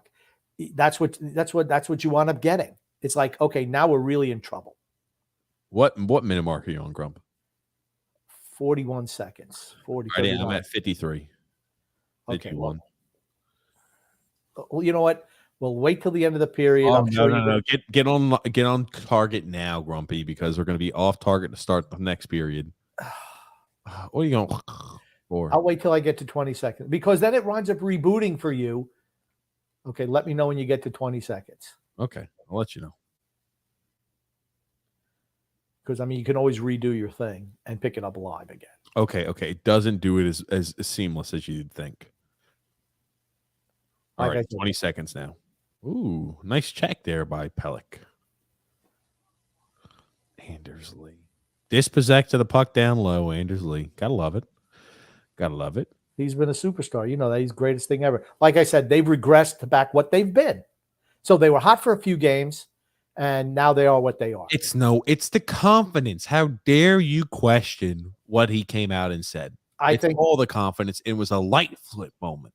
I think Barry's pissed. He's complaining about the calls that have not gone in their way. Well, I'm going to tell you what. Philadelphia is doing the same things that we've been getting called on, those little tuggy, interference-y things and little hooks, those little stick taps. I don't like the penalties, but if you're going to call them one way, you should call them both ways. That's all. Brock is staying. I love him, says Frank. Brett W says here, watch the only move be Thomas Hickey for a bag of used pucks. Well, we don't even need to trade Thomas Hickey. He's on the last year of his contract, so no need to even move him. Just resign him. Tight, Grump. The Simon Holmstrom era is nearly upon us, Jim says. Get ready, Grumpy. Don't you even worry. I think it's going to be like the John Sim era. Steve Smith. And Frank here saying, I could see Barry staying, Lou is president, get a young GM, Barry opened it up, and what's that, Grump? No, go ahead, read I'm just reacting to the comment. Okay. The Caps have not done anything since he left with 2 studs. We need a couple of scores. We haven't done anything either with him. Barry's not going to open it up. That's not the system he plays. That's just not what he does. He likes the button-up style of play. Sal P saying, look at Sal P in that fantastic Matty in the Jag shirt. Look at that. Look at Sal P's shirt, Grumpy. He could find that in the merchandise store in the link in the description below. He says, good afternoon, fellas. What do you think, guys? We could get for Clutterbuck if he's dealt. Maybe a third round pick. Maybe a third. And it sucks that we're only going to trade one guy on expiring. I'm willing to take it, but here's the thing. If you go into the draft, you have to think, okay, we need to go for some high-end talent. I don't care if anyone can play defense, unless you're a defenseman.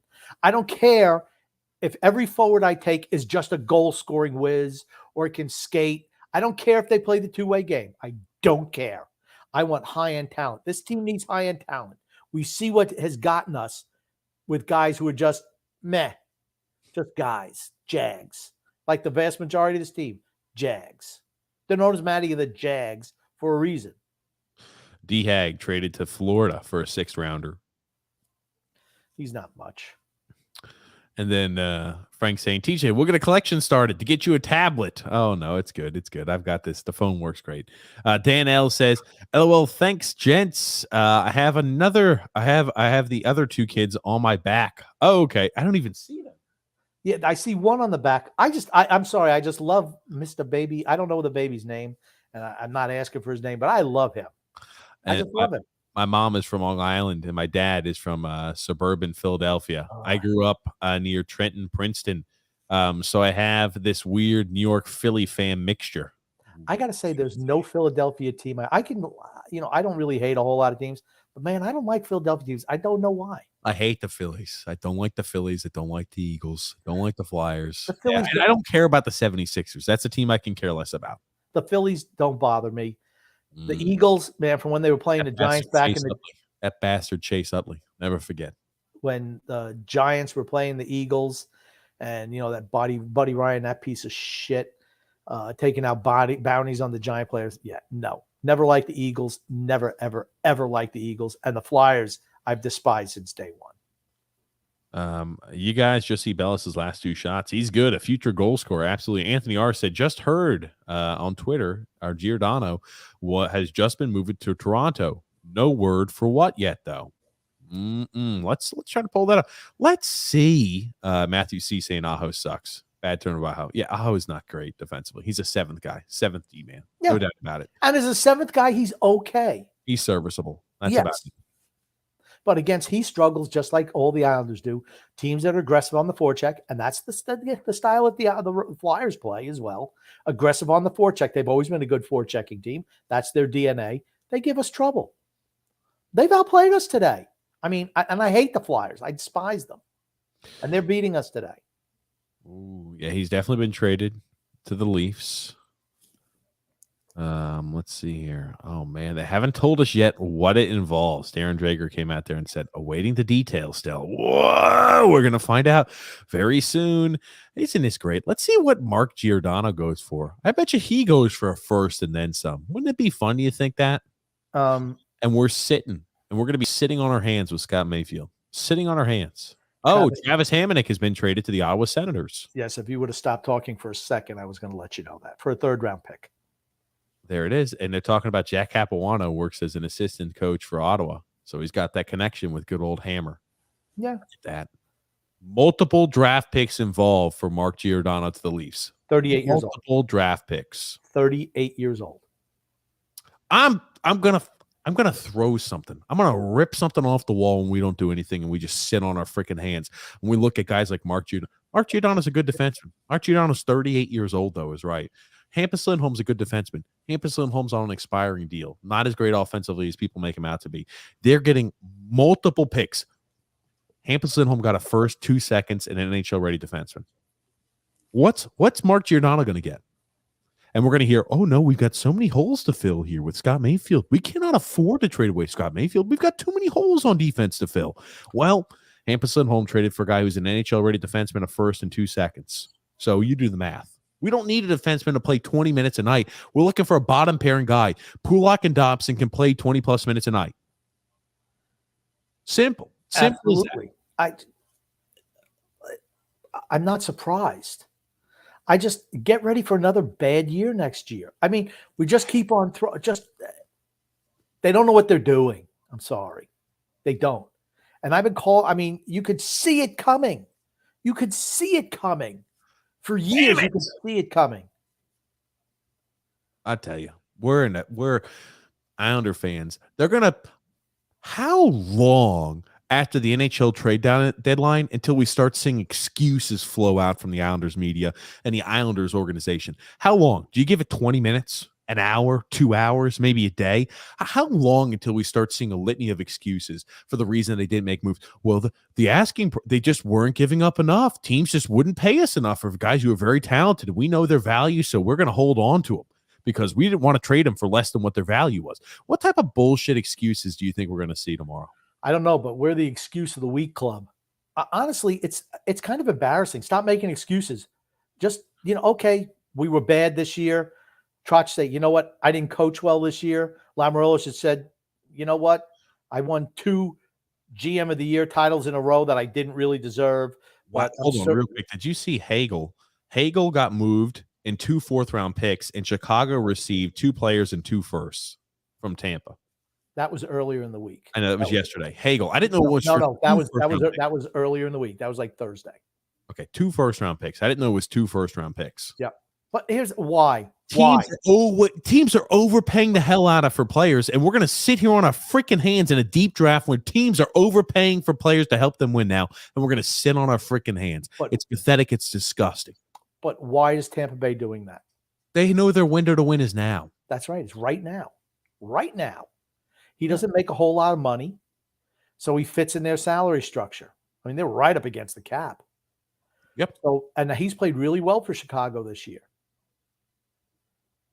I mean, Danelle says, I'm a Jets, Phillies, and of course, Islander fans. NBA don't care about. Sounds familiar. If D. Nick Desjardins could get you a third rounder. Clutterbuck can easily get you a second rounder. Maybe a team overpays. Maybe we don't even trade Cal Clutterbuck.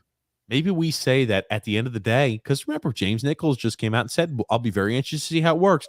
If the deal doesn't blow them away, they're not going to move Cal Clutterbuck.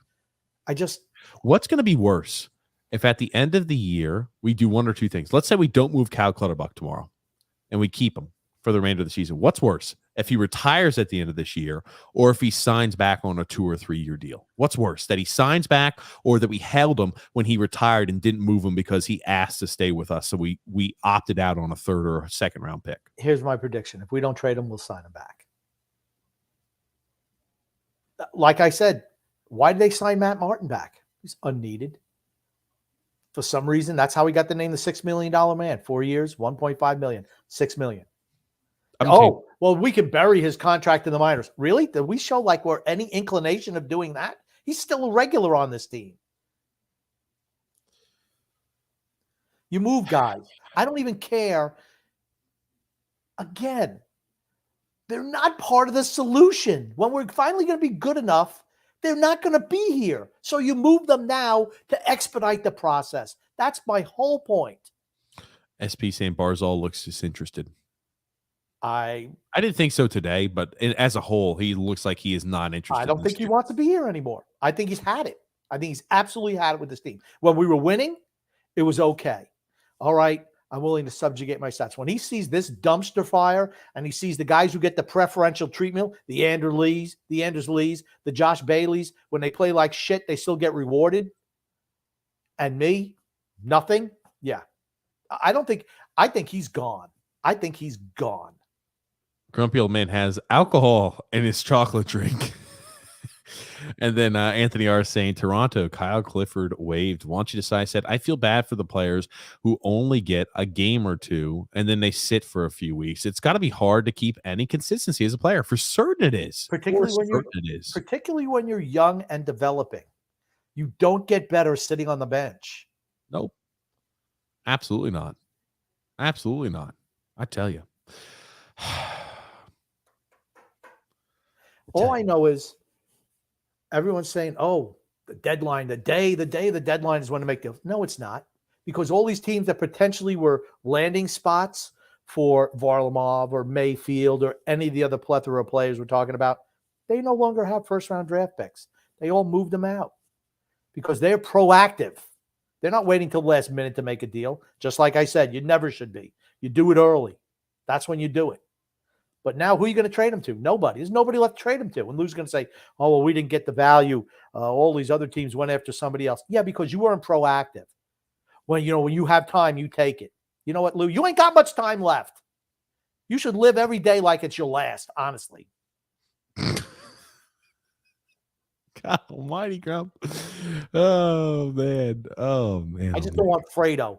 I don't want to see him slip Fredo into the assistant GM spot. No, they're not going to do that. They're not. Oh, really? I hope not. If Brock Nelson is so bad, Grumpy man, how can they get so much for him? Because I think that he's increased his value around the league playing for Barry Trotz. I don't think he's a great player. I don't. I hate talking about Brock Nelson because you and I cannot disagree more on this topic. You've loved him since they drafted him. Yeah, I have. He's good. I don't know what else to tell you. Anyway, we cannot continue to hammer the shit out of this point because it aggravates the hell out of me because we're both so far apart on this and you refuse to give anything. Here's the thing. You get a little moist between the legs whenever his name is brought up. It's just like you anytime you hear any player that you like, any young guy, you get the same exact way. Anytime you hear draft pick, the BK Italian kid says, honestly, I agree with Grump. Trading Nelson and Mayfield would give us a haul that we wouldn't see for the next decade. That's my point. It would also bring back a much younger, better players and assets. That's all I'm saying. That's all I'm saying. Those two players have the most value of guys that we could move who are not the young core. I'm saying the Pellics, Pulaks, Dobson, Sorokins, those guys. That's my reason for that. The only reason. I'll tell you what, though, man, Giordano's a good pickup for the Maple Leafs. That's the type of guy they need. I don't know if he's good enough to put him over the top. I still think there's something wrong with that team, but he's better than Ben Sherratt. That's for certain going to Florida. Oh, man. But PJ, you know what? Let's read our ad right now. Yeah, let's do that. Let's do that too. Today's sponsor is DraftKings Sportsbooks, ladies and gentlemen. The NHL season has been packed with dirty dangles, hat tricks, and big wins. As the action rolls on, DraftKings Sportsbook, an official sports betting partner of the NHL, has your shot to win big too. New customers can bet just $1 on any team and get $150 in free bets if they win. That's right. A bump in the win column for your team means free bets for you. If DraftKings Sportsbook is not available in your state yet, you still have a shot to light the lamp, and everyone can play for huge cash prizes with DraftKings daily fantasy hockey contests. DraftKings is giving all new customers a free shot at millions, and I mean millions of dollars in total prizes with their first deposit. Download the DraftKings Sportsbook app now and use the promo code THPN and bet just $1 on any NHL team and get $150 in free bets if they win. That's promo code THPN at DraftKings Sportsbook, an official sports betting partner of the NHL. Must be 21 years or old. Restrictions apply. See the show description notes for additional details. Good job, TJ. There it is. Keep Nelson, but Mayfield will get you a first, a second, a decent player, or a third. I'm telling you, even if you only get a first and a legitimate NHL guy who can step into the lineup, you don't need a defenseman that plays 20 minutes a night anymore. Pulock and Dobson should both be playing 22, 21 and a half, 22 minutes on average a night. You only need a guy who eats 16 minutes of ice time out there. That's it. I don't need my bottom pairing defenseman to play 20 minutes a night. I think we do need a left-handed defenseman who can play minutes like that to pair with Pulock, because I want Dobson with Pelech. I think that the fact that Dobson could be more offensive, Pulock is just not that guy, and neither is Pelech. So I like to have the mix of a really strong defensive player with a really good offensive player, which Dobson is. And then you have Pulock with somebody else. I feel we do need a top four left shot defenseman. That's what we need. I mean, and let's say those two pairings play 23, 24 minutes a night. You can really limit the minutes on the bottom pairing, which is what you want anyway. You're not going to have all six guys be equal. Just not going to happen. PK saying, looks like now Varlamov is going to be staying here with us. Yep. It looks like that's the case. I'm not surprised. All those guys getting... Mayfield is staying. Parise is staying. Chara is staying. Probably Green staying. Every single player. The only player that might have a chance to be moved is Cal Clutterbuck, if the offer is so much of a deal where the Islanders cannot refuse. What a failure. What a failure. Unfucking believable. Lou gone. Trotz gone. That's fire. If you sit on your hands and do nothing this year at the trade deadline, fireable offense. Fireable offense. I don't care if you owe the guy $10 million. Kick his ass out by the freaking bootstrap. Yank him out by the bootstraps. Get the hell out of here. You brought consistency back. Thank you so much for your time and effort. What the lack of movement you made right now cost our organization for years to come. Get your ass out of the building. Out. Goodbye. Sorry. Good is gone. The Flyers has had one of the Flyers coach has one of the shiniest heads I've ever seen. Is that still Meow? Is he still their coach? I don't even know. Frank saying Mayfield will take $3 million or $3.5 million. Most Islander players give the team a discount. I don't know, man. He's never been paid. He's been earning before he signed a 4-year, $1.45 million per 5 years. Wow. He's been playing top 4 minutes for us for a handful of those years and been earning $1.45 million per. Yeah. I think he's already taken the hometown discount. There's a sad part about it. I think he's already taken a hometown discount. He's going to want to say, I'm willing to give you a little bit of a break, but right, I want $5 million. That's a guy on the open market. Hampus Lindholm got an 8-year extension, $6.5 million per. The cap goes up next year. And so this year, the cap was still going to be flat. Next year going forward, you're going to see the cap increasing year after year. So now Mayfield has a reason to say, yeah, there's no more flat cap. The cap's going to keep on increasing. Give me the money I deserve. I think it goes up $1 million next year. And then after that, from this year to this off season. it's the $1 million. It's a slight increase. I consider that no increase. It's a tiny increase. But then after the $83 million, it continues to increase per normal schedule, and that's what I mean. Yes. That Scott Mayfield's going to be a free agent when it increases from $83 million, let's say, to $87. He's going to get paid, and he's going to have a warranted reason to say, I need to be paid at least $5 million plus. We'll see. I bet they're preactive in trying to resign him. Proactive. Yeah. And then Alexander says here, Grump, TJ, what's your favorite color? What's your favorite flavor of ice cream? I'm a cookie dough guy. Actually, I'm an ice cream. Any type of ice cream works well for me. I like vanilla and chocolate. And the third, but it has to be a certain type of vanilla, like Breyer's vanilla with the little beans in there. And I don't like the French vanilla. It's too thick. I like to put my ice cream in the microwave a little bit sometimes. If I put it in a bowl. And mix it up. Good. That's good. I haven't had ice cream forever. I think I'm going to send the warden. Hold on. You melt up ice cream and put it in a bowl. What the? What's wrong? You don't eat ice cream normal. I eat it my way. That's all. You just nobody. I'm sure. Believe me, no one thinks you eat soupy. No one thinks you should eat. A pig's worth of hot dogs every time you sit down too. No one thinks you should do that. I'm stopping that, Grumpy. After I saw the caloric intake, I've got to stop that. Yeah. Okay. There we go. And then Chocolate says, Christopher C saying here, TJ, if you have the opportunity to do a short podcast while on your trip, you should introduce the Islanders Never Say Die podcast live from the UK, etc. It'll be a cool short podcast from abroad. Yeah, we're gonna try to do a few of them abroad. I'm just the time differences. It'll be like we might have to do them to where they're earlier on in the day, so it's not like I'm podcasting. I'm starting at like 12 or 1 o'clock UK time. Oh. Hold on, did Parise say hold on to the stick as he was falling into the boards? Oh, I don't know. I about to say it's kind of getting a little rough down there in the corners, and I don't like the Philadelphia Flyers, so that's for sure.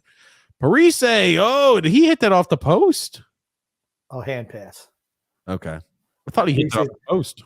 Parise used an explicative to disagree. Damn it. No. Damn TJ with the hot dogs. Yeah, I know. The penalty kill. These announcers are so busy telling us stupid stories, they forget to actually announce the game. Bring back Butch and Brennan. That's like us, Grumpy. We don't talk about the actual game. I think he's talking about us. That's why I keep telling you people actually want to hear what's going on. No, he's not. He's not talking about us. Hold on. They should bring back Butch and Brennan. Grumpy, we don't have Butch and Brennan on our show anytime, so he's not talking about us. Okay, we don't know because we're not listening to what they're saying. Okay, I guarantee they're talking about us. Grumpy, bring back Butch and Brennan. Do we have Butch and Brennan on our show, Grump? The answer to that question is no. You're not understanding the phrase. We're doing a live stream of the game. You've never understood what the purpose of that is. Okay. Grumpy, what people want to hear is good conversation and talking about overarching issues. They want to hear exactly what goes on from play in to play out. We talk a little bit about it. I disagree. The big moments. I don't need to talk about, here it is in offsides. Oh, wow. Can you believe they just were offsides, Grumpy, on that one? Noah Dobson is offsides. Crap. That's not good. No, they don't want to hear shit like that. We just big moments we talk about, Grumpy. Here's the thing. Moments in the game. We just do whatever TJ wants. I'm just along for the ride. Damn straight, Grumpy. He's like Mussolini. Grumpy. That's a very, very nice character to liken me to. A very nice character. Oh, that's another very nice character to liken me to. Idi Amin. Very nice. Stalin. Very nice characters. Putin. Very nice characters to liken me to, Grumpy. Maybe he's tired, Lee. Khrushchev. Back. That's what it is. Maybe he's tired, Grumpy. If Varlamov stays, it's because Sorokin. Varlamov got us Sorokin, and then why we got Varlamov and we let Leonard go. Sorokin didn't speak English, probably afraid living here, sort of. Okay, that's not true. Here's the thing. Sorokin last year was already speaking better English than TJ does now. Why when you speak sometimes do you sound like you're like short breathed? You need to, oh my gosh. It's going to be a penalty. Who's it going to be on? On Chara for holding the hell out of freaking 17, whoever that is for the Flyers. Oh, Jesus. Again, the fourth line. Let's go, Chara. Get in there, baby. Yeah, Chara, he's going to the box already. He says, Miles will make this a 7-minute long expedition. Let me see him stick that hippie punk right in the throat. Freaking Martin. I still can't believe that we play Martin every night over Ross Johnston. Every freaking day. Every day. You want to know why? I don't know. because he's favorites. They play favorites on his team. Alexander says, if Ovechkin passes Gretzky, will you consider him the greatest NHL goal scorer of all time? Yes. Yes, absolutely. He's done it in a tougher era to score goals too. I'm not trying to diminish what Wayne did, but tougher era to score. And again, hey, you could say Gretzky didn't have the fantastic sticks. Yeah, that's also true. I understand. And then MIG playing 11 says, hi. What's up, MIG? Oh, that's a nice picture. I like that picture. There it is, Grumpy. Brett W says, I'd still consider Bossy the greatest goal scorer. Had he not hurt his back, he would have put up more goals than Gretzky. It would have been close anyway. Would have been close. This is why the Islanders need to sign a cheap backup goaltender who's Russian instead of paying $5 million for Varley. I think maybe to start he's been with the Islanders now for 3 years, starting with the bubble. He was here all of last year and all of this year. Holy shit. Their puck movement on the power play is really good, and Tippett has just slid right in there. I mean, I hate to give them any props because I hate them, but I mean, man, their puck movement is really good on the power play. Really good. Mm-hmm. Better than ours, honestly. Mike Meow, maybe he's been working on the power play with them. Man, oh man, I tell you. Alexander says, as much as I want some players down, I want some players dealt, I won't hold my breath. Yeah. True. Yep, Hamonic there, traded there to Ottawa. Yeah, Giordano to the Leafs. Crazy stuff. Alexander says it. Yeah. Frank saying Barzal has been all pass lately. He's got to freaking shoot more. What's wrong with him? He is pass first. He's always been pass first. They want him to shoot the puck more. It's really not his style. That's why you need to put him out there with snipers. It's like saying, I want Nicholas Backstrom to shoot the puck more. Matt Barzal is a better player than Nicholas Backstrom, skill set wise. Yeah. Like they're just walking right through our defense. I mean, but it's like saying Nick Backstrom will want you to shoot the puck more. He's good at shooting when the opportunity presents itself. He's so much. Holy shit!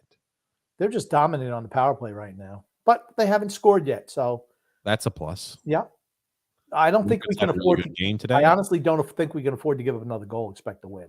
Nope, I agree with you. Here's the thing: we've been dominated this game. Yeah. Against the Flyers. Games, you look at the Flyers, bottom team in the Metro. One of the bottom teams in the Metro. Are they the worst team in the Metro? I don't know. They're close. No, they're miserable. Let's pull it up here. The Flyers, they're second to last. Oh, they're actually tied with the Devils. Yeah. So they're tied with the Devils in points, but they have one game in hand over the Devils. I couldn't remember who was worse. I tell you what, that Tippett kid's not bad. That was a good pickup for them for Giroux. Yep. I was about to say, no, the points haven't been there, but the guy's been playing on limited minutes, like third line minutes in Florida. You can tell what really can you do? I mean, we're going to kill off the power play, but man, it's tough watching right now. It is. Ooh, apparently I tested positive for the flu. There's a major flu outbreak. Well, get better, Drew. Oh, yeah, really, definitely. It's funny because last year there was no flu at all, supposedly. They were lying. Okay, let's not even bother with that. Travis Hamonic for a third-round pick. That was my business. I thought it was hilarious. Okay. SP said here, Sorokin's a big boy. He spent most of his career without Varlamov. Yeah, I was about to say, I would say, you had a little bit when he first started. You want to have somebody, the goalies are always tight. You want to have somebody that speaks the same native tongue, but, I mean, he speaks English well enough now. I was surprised with how well he spoke English last year when Shannon did an interview with him. I was like, man, this kid really knows his English. Yeah, absolutely. The Knicks got past the Bulls on their way to the finals, but Jordan was gone. Bavillier's been tumbling all over the ice today. He's not played well, and therefore the second line hasn't played well. Absolutely. Char actually hit that shot. Giordano of the Leafs. Yeah, details are pending. That's what we're waiting on. Man, oh man. Jesus Christ. Okay, this is how we've looked most of the year. Why are we letting him walk in? Again. Another big save by Sorokin. He's been good today. And now we've got Barzal back out there. 1 on 3, 1 on 4. Barzal's back out there with freaking Andersley. Okay, now we finally made a line switch. Ooh. I tell you. Ooh. Parise grabbing the stick. All right, he got away with one. Yeah, He Parise was definitely holding the stick. That was a good shot by Wallstrom. I thought that hit off the post. I know he's shooting. Well, there's Aho. He's not afraid to shoot either. I like guys who aren't afraid to shoot the puck, honestly. Yep. We don't generate enough shots on net. Simple as that. Yeah, you can't score. Not shoot the puck. Tough to score. Tough to win games. I mean, we've given up. I cannot believe we've given up on shot attempts. Oh, my God. What a save. What a save is right. You like how Mayfield was just gassed towards the tail end of it, too. It was just kind of trying to do his best Johnny Boychuk impersonation. Just trying to sprawl out there. My God. They look at that, and that's a nice feed from Tippett. What a save. Spectacular. Tippett looks mighty freaking good. He's good. Tell me. Mighty freaking good. I'm glad we didn't trade for him because he never would have played for us. No, hell no, he wouldn't have. He'd be playing on a third line. We couldn't move a guy like Bavillier or a guy like Anders Lee off the first line. How dare we do something like that? See, that type of mentality is so frustrating. They're so important and integral to our team. Yeah. Like, the more I see what's happening, we need more leaders. We need better leadership up top. I want you to say, I said the Islanders don't bail out Bellows. Of course, Bellows won't play next game. Yep, you're right. Absolutely not. Yeah, he played one game. That's good enough. Hayes might get the Hattie tonight. Oh, goodness gracious, says SB. Maybe it'll be an Anders Lee hat. A Brock Nelson hat trick. Throw them out there last minute. Christmas saying they're back to playing bad today. Maybe it's the back-to-back. No, Chris. They usually play really well in the second half of the back-to-back game, at least historically under Barry Trotz. It's something they've done really well. And Ali was absorbing punches, but he was also making Foreman miss quite a bit too. Yeah, I was about to say, Grumpy. He was avoiding them, but also getting hit a bit. Rope-a-dope, we go pop, pop, pop, avoiding, but you take a few blows. He got freaking pounded to the body. Pounded to the body. I just watched that fight again the other day. Pounded to the body. I mean, you watch. Here's the thing: when I watch the fight, remember, you don't know really much about Muhammad Ali. You don't. But were you about to call him Muhammad Ali? No, about. I thought you were about to mess up his name. No, Cassius Clay. Yeah, that was his given name. Yes, but here's the thing: you saw him at the end, and I met him at the end, and he was, a shell of what he was. And I remember what he used to be. And then you see those fights, the last few where he used the rope-a-dope style and just the punishment. I mean, these are big guys. And George Foreman could hit. Man, he could hit. He hurt you when he hit. He beat up Joe Frazier so bad that he bounced off the canvas. Whoa. Watch those Joe Frazier, George Foreman fights. He annihilated Frazier. And just the punishment that he took was just, you wonder if that, well, you don't wonder. I'm sure that's why he ended up the way he ended up. He took a lot of punches at the end of his career. A lot. Way too many. He should have retired way before he did. But that's the thing. You're an athlete, and you want to go as long as you can go. You want to go. It's hard.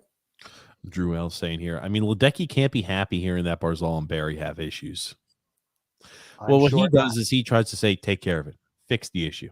That's what he does. Make that where it's not an issue. And again, like it's easier said than done. And Double saying, me and my buddy sat around the corner with 2 6-pack of beers at transistor radio, and we got updates. 10-10 wins news on Ali's fight. It was a great time to grow up. Cell phones and computers ruined the world. True. I remember listening to the Muhammad Ali Ken Norton fight at Yankee Stadium over the radio. In my mom and dad's bedroom, some little radio, the clock radio they had.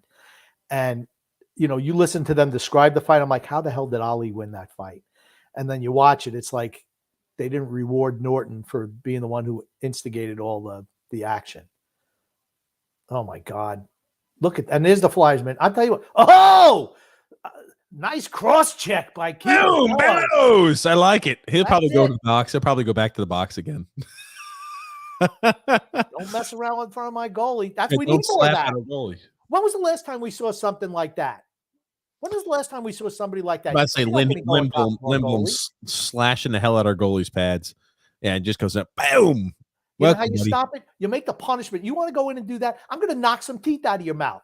Let's see how tough you are. I'm getting back and back checking too, by the way. Sticking on wrist and line and playing it physical there. Look at that. I'm just three cross checks. 1, 2, 3, bam! Right to the ground. I love it. I love it, man. You like? Chara strong on the stick, Chara on Roots-Lane in there. Yeah, he was. He just signed a big extension with them, which I'm surprised because he's been terrible. That would have been shoving the goalie into the net anyway. Never would have counted. Not a good second, says Deidre. I just like how Bellows cross-checked the hell out of that guy. I love that Bellows kid. Yeah. That's why you need to get younger and more skilled, because they said they had no legs in the second half. I mean, we're usually really good in the second half of the back-to-back. That's why it's odd that we struggled so much today. Matty B just I'm sorry. I was going to say something sacrilegious, but I'm not going to do it. What are you going to say? Maybe they should look to move it. Oh, geez. Oh, no call. Wow. Wow is right. There. That's one of those, in between boarding penalties right there. He just got tripped. Oliver Wallstrom got tripped in transition. I'll tell you what, that was a nice – that line seems like it's really gelling. Man. Sacrilegious. Maybe they look to move Matt Barzal this offseason. If they do that, blow this fucking team up. Take Lou Lamoriello, strip him of everything he's got. And you want to talk about the worst general manager you want to talk about a hideous general manager if they do something like that? Goodbye. Goodbye. Goodbye. What a nice defensive play. But I mean, that was a nice offensive rush. Well, if everybody still gets to hate, leads the team in assists, leads the team in points, Matt Barzal. Still gets to hate. Nuts. Paulo C said, we need to start. Yep. New general manager, new coach, new offensive system with younger players. Keep the young guys and get rid of the old geezers, period. We're close to that. I think they want to give it another year, but it's like, screw it, man. Why give it another year? Because here's the thing, what's going to happen. They're going to piss away more picks trying to double down on this freaking ancient old veteran team. And what's going to happen is a new coach is going to inherit a team with nothing in a prospect pool and a team that's in the middle of the no man's land. That's what they're going to inherit because of neglect and freaking gross neglect by our general manager. I'm not disagreeing with you. I'm just saying that I think that they're going to do it another year. That's all I said. I don't think they should do that. I don't think they should have done it this last year. And I know they definitely shouldn't do it now. It's so obvious. I mean, my preseason prediction that I'm going to break out in the envelope when the season's over, pretty much spot on. John A. said, I'm not expecting a permanent fixture at left defense via free agency, and with Hurdle, signed, we strike out on Forsberg. How is this team going to get any better next year? I'll answer it. It's not. Yeah, I was about to say, how is the team going to get better unless they're going to trade and give up an arm and a leg for a player that they feel like is going to put them over the top, and they're going to mortgage off more of the future? Maybe they'll give up their first round pick this year too, in order to go ahead and get a guy who's ready to play in the NHL now. At least we didn't some dumb shit like that. At least we didn't do that. You cannot trade any more draft picks. It's not. Guess what, buddy? The offseason's not even there yet. The draft isn't there. Maybe we would go ahead and we've given up first round picks for less than nothing already. What would stop us from doing that again? We can't. Saying that, hey, we're not going to be able to get Philip Forsberg. We've got to trade for somebody in order to get the deal done. What would stop us from doing that? Do you really think this team who's in mortgaged everything off for the future won't do it again? All I'm saying is we can't do that. I know we can't, but it can't happen. It'd shock you that they would. I would be surprised at this point if management let that happen. I cannot see that. There's no way. So you think after the season is over, trade for Forsberg for the 7-day window? I don't even know in the 7-day window. I don't know what they're going to do. I think what they could do is trade draft capital away to add a NHL player currently, and they're going to overpay for them during that window. Whether it's, hey, we need to re-sign them, or, hey, we're going to go ahead and give up a few picks in order to go ahead and get a guy we feel like can contribute to our team now that's already under current contract. I could see us doing some dumb shit like that. I really could. Yeah, I can't. I don't even think they could do that. Okay. I don't even think they would do that. Okay. We'll see. Better trade for less than keeping. Absolutely, Doug. Yeah. Right? Better to trade for less or trade for less than what you originally thought instead of trying to hold a team over the barrel than getting nothing in return. That's why if you were proactive and started moving guys last week, like the smart teams did, you'd be cleaning up right now. Cleaning up. Waiting till the last minute. Everyone's gone. All the big moves have already been made. Drew L says here, Grumpy needs to storm into Ledecky's office and just give him his 2 cents. Yeah. Desjardins is a tough guy, leads league in fights. It's Delorier. Delorier? It's not Desjardins. I don't know what name you're reading. I don't know. I figured I'd stop you before you did. Delorier. Okay, he's a tough guy. He leads the league in fights. You're telling me we can't get more than a third rounder for Clutterbuck or Parise? Shit.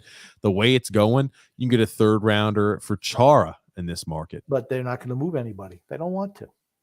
And a deep draft, we're not going to move anybody. I apparently can't read, so that's also something I've learned. It's another French name. What can I say? I can't pronounce the French names. I'm sorry. Desjardins. There was no J in there at all. Grumpy. No D's except for the first one. I don't know, Grumpy. I don't know. I don't have an excuse for that one. I'll try to think of one. I'll try to think. Hey, Islanders PR team, what type of excuse can I use for my inability to read? Go ahead and get back as soon as possible. TJ was out the day they taught the letter D. I was up all last night. It's been a crazy, busy, and hectic weekend. I didn't have adequate rest, and I'm seeing different words. They're mixing words around. That's what the Islanders PR team told me. I have a feeling we're going to come back and win this game, though. Typical. Big save on Van God! That wasn't much of a shot. And no, it wasn't. But there's Pellick and Pulak. How the hell has that happened to our most? I'm going to tell you again. Okay, they had some good games in a row. Their best year was 2 years ago. Their best year as a pairing was 2 years ago. I have no problem at all breaking that pairing up. You need another left-handed defenseman to put with Pulak, but Dobson and Pellick have to be your number one pair. And they should get 25 minutes a night. That's what needs to happen. That's what the good teams do. Tony Queso says, let's just keep smashing that square peg into the round hole as hard as we can until Barry has a stroke and people find out Lou Lamoriello has been dead for 1.5 years. And who's really been calling the plays? Who's been calling the shots? It's been Fredo. This has been Chris Lamoriello. They're only bringing out a Lou Lamoriello. They're bringing Lou from the landline out to do speaking engagements. Everything else is just it's a deep fake. They're filming videos of him. Nobody's seen him because of COVID too. And Lou Lamoriello has been gone for 2.5 years. Ooh, wouldn't that be an interesting development? Tony Queso says, I think ownership won't realize it until Barzal explains that he'll never re-sign with this franchise. I agree. And then they're going to have to make that decision. It's going to have to be sooner rather than later. Barzal's not happy. There's Dobson. Oh, that one was picked off. David M. said, how much longer? Oh, man, gosh, I'm telling you. Now it's fire engine hockey time, which is not our strength. It's not. That's right. I have got a lot of total points. I got a lot on total points being 5 or less. What do you guys think my chances are? I'm new to the NHL. I think you're in good shape right here, David. For today, 5 points. They already have 3, right? We already have 3, right? 3. 5 points or less. I think you're in good shape. As long as the Islanders don't start pulling their goalie and having a whole bunch of chances and just say, well, screw it. They pull their goalie, they give up a goal, then score one with the goalie pulled, and they give up another one. That has happened before. Brian B said, are you still talking about all the trades that Dornall Lou is not going to do? No. We're talking about how he needs to be gone yesterday. Trying to wake the fans up, Brian B. The fans who listen to this show know. But hopefully they can share it with their friends. Hopefully that they could say, even a friend that they know well, could say, hey, maybe look at it like this, because the sheep just are going to jump right off the cliff. They're following one sheep after the other, and they're not going to notice until it's way too late. Everyone else knows better than we know, except they don't. They're too in bed with the Islanders and they all want to be working for the Islanders. Yeah, they want to work for the Islanders and want the team to be so good that they're willing to look past deficiencies that the team, noticeable deficiencies that the team has. We want to be able, so, the Islanders read our stuff. They want to say, oh, you know what? Yeah, they write good coverage about us. Sure, we're going to give you access to players. We'll do this, we'll do that. That's what they want. Well, we don't care. We speak the truth here. Grumpy, I really want to be able to interview the Islanders every single evening. How dare you, Grumpy? Actually, they'd have more fun in an interview with us, without a doubt. Because if you ever listen to some of those other people, they suck out loud. They blow. Brian B says, not sure what's worse, Lou, running the Islanders or the team president or team president coach Pete Carroll in Seattle. It's the Islanders. The Islanders, man. Oh my God. Oh my God, That was Wallstrom. Wallstrom. Okay, he recovered though. He at least fought for the puck back, That's right, and got it back. and he won the puck back. Yep. Cross check in the back. Again, they're not calling anything. The whistles have been in their pockets the third period. It's been a frustrating game. Ooh, Oh, that's interference. My God, how do they not call that? that's blatant But interference. My here's the God, thing. I like blatant interference against the Flyers. Seattle came to the realization that they needed to move on from Russell Wilson. Yep. And I mean, they were bad last year with him. So they have a lot of rebuilding to do. And at least they came to that realization. That's the difference. The Islanders haven't come to that realization yet. They will, though. They will. It's just not here yet. Maybe it'll be after next year. I don't know. But by then, probably too much damage has been done. Have you even noticed Josh Bailey on the ice today? Is he hurt? Can I say well that yeah, him and Handersley weren't feeling too confident this morning. I haven't noticed them too much. No, I mean legitimately. Has he I have been on not the seen ice? I've seen him out there for a few shifts in the first period, but you're right. I haven't seen much of a lot of players out there. To me, you want to know who's been playing a lot the third period? The Barzell line and the fourth line. You haven't seen much of the Nelson line and the Pajot line at all, I don't think. Christmas saying, do you think that Salo can be a defenseman with Pulak, grumpy old man? I don't know what will be next year. What I would like to see happen, if it was me, go out and acquire an already established left-handed defenseman, a Vince Dunn type, whatever, to play with Pulak. Vince Dunn has more offensive acumen. He's a good fit with Pulak. And then have Salo be on your third pairing with another veteran, to sign a veteran, not a Chara, not a Green, somebody who's got a little bit more life in his legs. That's what I'd like to see happen. Then he can elevate himself. That's what you want to do. Because right now, I think you're going to see a transition in the Islanders defense core, which it needs to happen. But you have three guys who are ready to go, potentially four, but you need to pick up an established left-handed defenseman to play with Pulak, in my opinion. I definitely want to break that Pulak-Pellick pairing up, though. Okay. Oh, there's Andrews Lee falling all over the damn place. My gosh. Oh, Chara fell behind the net. Oh, my God. My gosh, the bad news Bears play hockey. That's what it looks like right now. Well, it's because they're tired, Grump. Their feet, they can't stay on the ice. They're so tired. Oh, my God.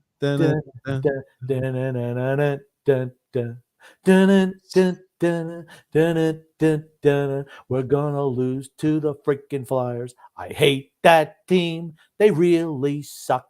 It makes it worse when they beat us. Hate those Flyers. I'd like to see them die. Every single one before the end of the night. Oh man, Grumpy. I like it. I like the little song. Grumpy's right. I'm a ice cream and microwave go together type of guy. Yes. And I'm not saying you turn it into water, but just to melt it up. Yeah, man, that's good. Like I said, Breyer's vanilla ice cream. Warden, get out there and get that ice cream. Actually, the warden can't do that because we're watching that vicious puppy right now. Tony Cheese saying here, your doctor wife is stopping you from eating cut up hot dogs with ramen and taco cheese. Don't try to make it seem like you made that choice on your own. No. I made that choice on my own. She's like, and then oh my SB, God. Rump, Again. I was saying that TNT announcers are barely talking about the game. The TNT announcers, I told you this, Grumpy. Come on.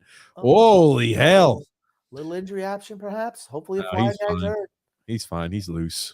Looks like he's getting up a little slow. That's all right. It's fine. Who is that? Williams. Can we bring back Jigs and Ed Grump? Yeah, man. I mean, Jakes McDonald and Eddie Westfall. Joel says ice cream, microwave. Oh, he went in there kind of awkward like. I'd like to see that McEwen punk, that hippie, take a beating. I might as well beat the hell. Get into a fight now. Game's over. Get into a fight. Microwave, 7 seconds is a good combination. If you just take your ice cream out of the freezer, 7-second microwave. I actually have one of those spoons or like a thing that you put your hand on it and it heats up the whole thing, so it makes it easier to scoop it out. That's good stuff right there. Because, if you ever try to dig out really hard ice cream when it's really, really like frozen, you're a professional ice cream eater. I haven't had ice. I'm seriously, I have not had ice cream. I want to say in 2 or 3 years, I have not had ice cream. But I'm thinking about it now. I'm Jones and the warden eats ice cream all the time, but she won't get any from me. just for a Shooter's suck. Puck Hockey says, "You're a lucky man, TJ. My dream is to travel to the UK. I have a couple friends over there I'd like to visit. I also believe you should do an emergency podcast tomorrow. Please." I told you, Grumpy, the people want the rage. They want the anger. They want the rage machine to be fed. You did that last night. You realize you did that last night. Once they do it, then we can really just say, look at this. There's still people. Here's the thing. I still even am holding out like about 40% hope. 60% chance they're not doing anything. About 40% chance they're going to do something. Do you remember how you belittled me as usual on the show live when I said I'd be shocked if it was 3, I think is the absolute max. And you're like, "Wow, no way. They're moving 6 guys. 3 is the absolute minimum they're going to move." I'm like, I don't think so. And now I do recall this. and I got excited. I got excited even thinking they were going to move 3 guys. But like I said, it's like the banana in the tailpipe. How do I keep on falling for that trick? I do remember that, Grumpy. I apologize. It looks like you're going to be right. Like last offseason. Well, how many offseason moves did I say we were going to make? I don't even remember. None. How many did make a move? No. Zach Parise, Zdeno Chara. Big ones, Grumpy. Those are the big moves. Drew L saying here, this podcast has turned into the TJ and the Grumpy Old Man roast session. Yes, it has. It has. Yeah. Gallows humor, man. When your team sucks, it's tough. 3.5, almost 3.5 minutes ago. Oh, what a nightmare. Oh, is that why you did it, Grumpy? Because Tony Queso said to Hitler, Grumpy? Is that why? That's why Grumpy did it. No, I didn't. I think I did that. I don't even read the comments. Okay. I'm not allowed to. That's actually probably a good thing. Lou will try to trade Varlamov, hopefully. So why would they trade Varley? I don't think they are. Bossy is the greatest goals per game percentage. I'm going to go to the bathroom, Grump. I got to be right back before the end of the game. There's a shock. So here's what I'm going to do, people. I'm going to actually talk about what's going on in the game. I know it's something TJ doesn't like to do, but I'm going to. And I'll be interested to see what we do here. We have the average line out there with Crocarino. And wouldn't you know, they put the average puts himself offside. Good job. Looks like Nick Frost is just laughing at him. He says, "Average, remember when you used to be a good player so many years ago?" He's like, "Hold on. You were never a good player. You've always just been average." So, and then Lee took offense at that and goes over to the bench and says, "Hey, Barry, you know what? He said something mean to me. He said, 'Do you remember when I was a good player?'" And he's like, "Oh, Anders, you are a good player. You're the captain. You're going to be back." As a matter of fact, I know I could not actually justify putting you on the first line. So what I'm going to do is I'm going to move the crappy second line, which you're part of, and make them the first line, even though you don't have the talent to play on the first line. Like I said, really, if you think about it, though, a disappointing outing for the Islanders.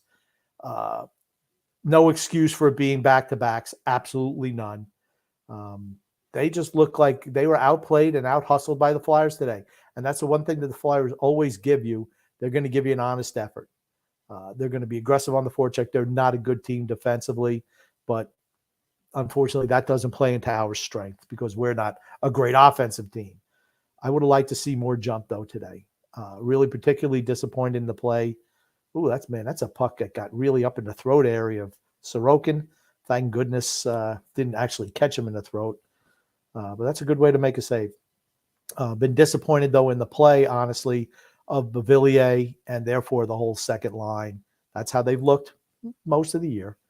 And I also have been disappointed with the play of the Pajot line, which has Josh Invisibailey on there. Just frustrating, man. There's a trip by Aho. He got away with that on Tippett, who I've been impressed with for a guy who just flew into town today. And he comes out and put in a good performance for the Flyers. Flyers had to move Giroux. That's what we should be doing, is moving some of our better players.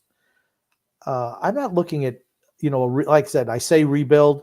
If you're going rebuild, that's when you're trading your Matt Barzals. That's a rebuild. Oh, look who's back. Time in the game. I tell you what, there's a lot of hooking and slashing and tripping going on here at the end. They didn't call anything in the third period, as much as they called ticky-tack shit. Oh, my gosh. How is that not a penalty? Oh, my geez. I tell you. Holy shit is right. My God, what a trip. I just didn't call shit in the third period. You know what the officials are saying? Both these teams suck. It's a getaway day. It's 2:00 or whatever. It's 2:00 start. It's almost 4:30 now. I got a flight out of town. Maybe I'm going to have a nice dinner in Philadelphia. Boy, there's an oxymoron. So maybe that'll happen before we go. I'm not calling anything. I don't want this game going to overtime. So maybe we'll put a couple Islanders in the box here at the end so they don't risk scoring a goal to tie it up. Yeah, Grumpy, that was, you stammered and stuttered a bit, but Grumpy, I agree with the sentiment. I will say this much. They didn't call shit in the third period. And I don't know if that had something to do with Barry Trotz yelling and screaming at them. I don't think there's a single penalty called. I think we're going to score here. There's an empty. Why is Josh Bailey out there? Why is Josh Bailey out there? So he cannot shoot. So he cannot drive the net and be late on that shot opportunity. My God. Why is he out there? He's fantastic, Grump. You just don't understand. He's one of the best. Pajot. Oh. Where is Wallstrom? Where the hell is Wallstrom? He only has a 10-minute a night average that he can play of ice time. Where's Bellows? Where are those guys? Why is Croc at the point? I still can't see. I still feel we're going to tie this game up. Maybe it's my hatred of the Flyers, but I still, man, oh man, they suck. It's because we've gotten a lot of those lucky goals late in games. Oh my God, he almost threw that back. Oh, just missed. Oh my gosh. Oh my God. Okay, you're ahead of me slightly. God damn it, Grumpy. Andrew L said, all I could do is hope that my Spartans beat Duke tonight. That's all I could do is pray. I am rooting hard for Duke today. You want to know why? But besides the fact that I like Mike Krzyzewski, he was so nice to my kids. Coach K has 1,199 wins. That's an ugly number. You got to have 1,200. Got to have 1,200 wins. Brian B said, I'm so glad Parise is having fun and wants to stay on the island. Yeah, he bought a house here, Brian. You got to keep him. Got to keep him now. Travis Zajac, yeah, of course I want to return to the Islanders because he couldn't play anywhere else. All these guys are in their 40s. No one, but nobody else wants them. So they want to play on the beer league team. Mark my words, Tippett's going to be a stud. I think he's going to be good. He's going to be a consistent NHLer. He's a top 6 guy. He'll be a bona fide top 6 guy. He was a little bit lost playing in Florida because of he didn't have the opportunities. Now he said, we're going to let you be a guy. We're going to let you be one of the guys. Oh, Croc. You're ahead of me, Grumpy. Damn it. Oh, Palmieri. I don't care if I'm ahead of you. I'm not stopping it again because you got a phone call or, your phone glitched. I don't care. Get a television. That's all I have to say. Get a TV. I do have a TV, but it's not set up in this room. Use it. I don't care what you do. Man, oh, man. Oh, the fact that I have to dumb my game down for you is just not acceptable. Pick your game up. And the Islanders, hold on. The Islanders calling a timeout. Why not? Islanders timeout. Yeah, there it is. Man, oh man. I tell you, Paul was saying the Flyers have been playing better lately, so it wouldn't be surprising if they beat us. Oh. They're not good, though. They're not good. Barry, what's he doing? Saying, well, those were all my guesses. Why Varlamov wasn't traded. So what's the reason? Maybe the team couldn't fit his salary cap, but the Islanders could have to eat half the cap.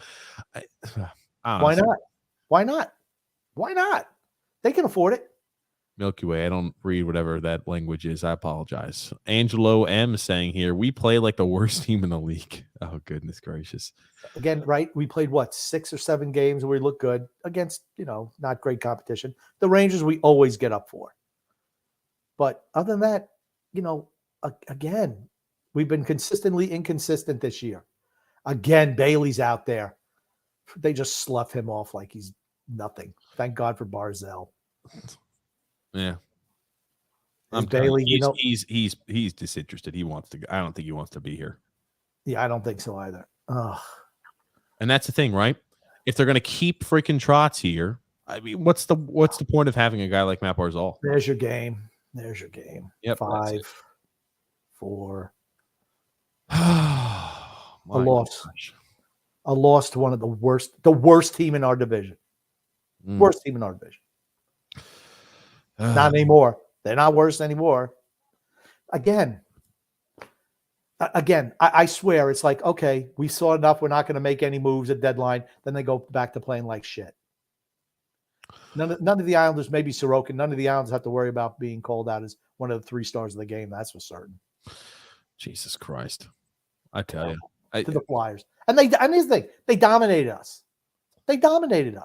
Wasn't even, it was like, hey, we were I was about to say, it wasn't like we were dominating, carrying action, bad puck bounces. No, we were thoroughly beat. Simple as that. Excuses. Everybody's always going to find a freaking excuse to make. Everybody will find an excuse. I don't know. There's a lot of comments we won't get to, but I apologize for that. But we just wanted to come on and do a surprise little pod or surprise live stream on Sunday. We usually don't do the Sunday ones, but it was 2:00 in the afternoon. Grumpy's album song, number 1, I Hate the Flyers. It's true. And that would go number 1 with a bullet. It'd go double platinum. Without a doubt. Oh, It's a lot more than that. Everybody hates the Flyers. Even people in Philadelphia hate them. Dave's saying, I love it, Grumpy. Tell us how you really feel about Philadelphia. Philadelphia. I do hate the Flyers. Sorry. Oh, man. I tell you, Grumpy old man. Jesus Christ. I don't know, man. This Brutal is... But I do want people to listen to the TJ and Grumpy Old Man show tonight, where we touch on everything sports related, honestly. And football is going crazy. Major League Baseball's back in full swing. Trevor Story signed with the Red Sox. Yep. It was revealed that Big Papi was the target. David Ortiz was a target of a hit by some drug lord. Drug kingpin. Yeah, I did see that. That's interesting. I mean, that's the type of stuff we talk about. And of course, we have fan fight segments, which are fantastic. We do play-by-play, like, Jim Lampley and Howard Cosell and all those, guys who used to call fights. Don Dumphy. And like I said, it's a lot of fun. It's a little bit more freewheeling. We talk about a lot more things than just Islander hockey, and it's just nothing but fun. Absolutely, Grumpy. We'll be on live tonight, 9 p.m. Eastern Standard Time. That can be found in the link in the description below, or can be found as a featured page on our YouTube channel. Got a few more comments here. We're going to show up here. Barzal has got to shoot more. Got a few of those. I see he does have to shoot more. I think Barzal is so freaking finished with this team. I think he's so done, right? He's packed it in. I think he's unhappy with the team. He's unhappy with the direction, unhappy with coach. Agreed. Yep, as simple as that. And again, multiple reasons why we've talked about it's not just a one-time thing. Jeffy says, Wallstrom sucks. Go ahead and tell me different. My God, he can't bring the puck in the zone ever. WTF. I disagree. And the fact that he's 21, he gets a little bit of rope from me. I don't know. Here's the thing, too. Jeff, he hasn't had enough time to actually hone in his skills. And the fact that he plays 10, 11 minutes a night, 12 minutes a night, it's not enough to improve, and not enough 5-on-5 time period where they actually has those chances. I mean, when he's on the power play, the limited time he's on the power play, he doesn't bring the puck across the zone. That's your Noah Dotsons, that's your Matt Barzal. How often does he actually have zone entry opportunities? That's right. That's not his skill set. He's a shooter. He's a goal scorer. Yep. John A saying, I'm afraid I agree with TJ. Lou will mortgage away more capital, Salo, Ratu for Chikrin, and maybe a forward. He's running out of time. That's exactly what I'm worried about. He'll give up a draft pick. He'll give up a Salo. He'll give up a Ratu for Jacob Chikrin.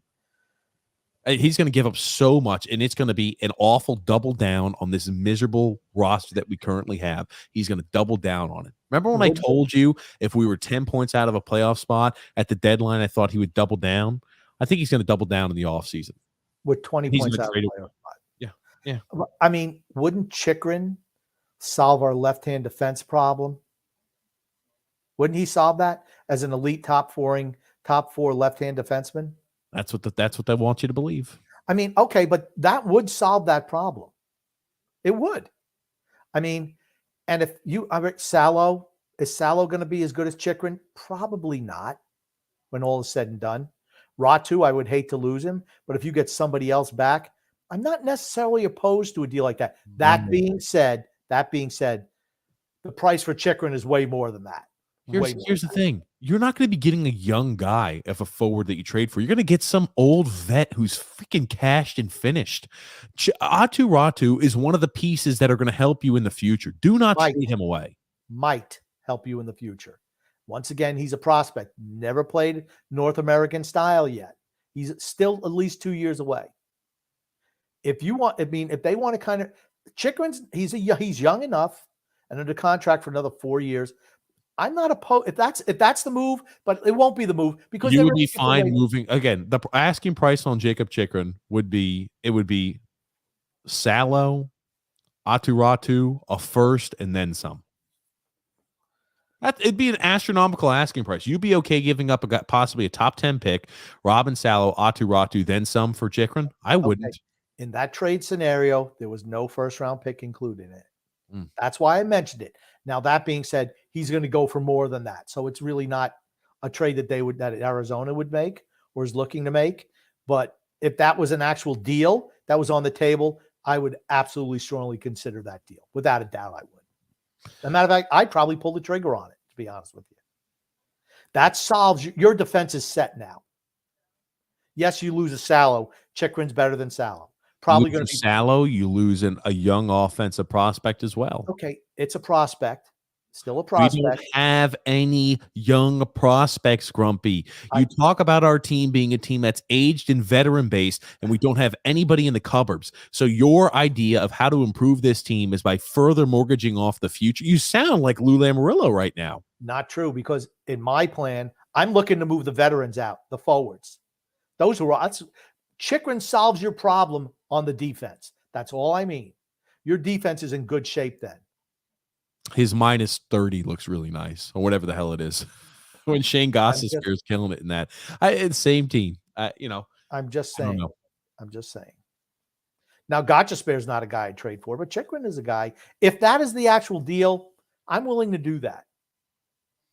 That's something I would absolutely pull a trigger on that. John That's not going to be the case, though. Looks like Wallstrom's lost his confidence, his shot too. That has a big part to do with it as well. Look at the play for Noah Dobson. People were trying to opine that we need to trade Noah Dobson earlier on, throw him in as an add-on in the deal because he hasn't played well. His confidence for Chikrin, I'm like, no way. Yep. Do you remember that? Yep. Those dumb. I have to throw Noah Dobson in. We could do that. We could afford to give him up. I'm not looking to move any young guys, but for a guy like Chikrin, if that was the deal, I would make that trade. Christopher C. saying, TJ, enjoy your journey, buddy. Looking forward to the UK-based UK podcast. Be safe and God bless. Thank you, Christopher. I appreciate it. Hit the thumbs up, guys. It really does help. Thanks, Frank G. Absolutely. Hit the thumbs up. It does help the algorithm. Matthew S. saying, so many clueless people shitting on Barzal today. Yep. Absolutely clueless. True. Clueless. Absolutely clueless. Shitting on Wallstrom, shitting on Barzal when they're not the problem on this team. That's Again, right. A coach who throws out shitty line combinations, the coach who determines to play Oliver Wallstrom 10 minutes a night, the coach who, don't get me started. They're at the tail end here. We will, depending on what the Islanders do tomorrow, maybe they make some crazy move. It's at least my wishful thinking. They make some crazy move. If they do that, we'll definitely be on tomorrow as an emergency podcast. I don't know. Grump and I will talk. We'll talk. That's all I'm going to say. Yeah, there might be people that are ready to jump from the rafters, jump from support beams. And if that's the case, we'll have to come in and be a soothing voice. I'm not sure actually will be a soothing voice. We'll let you vent out the anger. We will just do a no comment, just a rage podcast. I'm fine with that too. I would like that. I know Grumpy doesn't want to do that, but I would like doing that. I know you would, but it's needed. You did that yesterday, and you borderline did it today. No, I didn't. We didn't talk too much about we did a little bit. Really? A little bit. Really? Maybe you should listen back to the show. We didn't talk anything about the game except when I was talking about it. But other than that, we didn't even talk about the game at all. It was you ranting again about the trade. We looked like shit and we lost to the Flyers. That's what we can gather from that. And we're going to hear a litany of excuses as to why that happened. Oh, guys are tired. Guys had to play the night before. Everything. Oh, man. Every single excuse. Right now, they are talking to I saw Darren Elliot Friedman about Fleury. Ooh. Okay, never mind. Let's see here. I'm going to try to see real quick here. Elliot Freeman. I want to see what he's got on his Twitter. Saying that Fleury and Guerin have played together, so they have history. They're hopeful they can close a deal for Fleury, Minnesota. Dermott was moved out. Got a 3rd-round pick back in return. Oh, what do you know? The Red Wings trade away Troy Stetcher for a 7th-round pick. Well, they shouldn't have traded him because 7th-round picks don't matter, right? Remember that one? I don't know. When he was with Tampa, he managed to get pretty good value on those late-round draft picks. I'm trying to see what Toronto had to give up for Mark Giordano. That's the big one. Oh, man, I'll tell you. NHL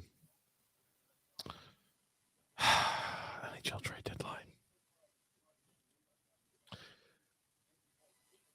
Grumpy, you want to wrap things up?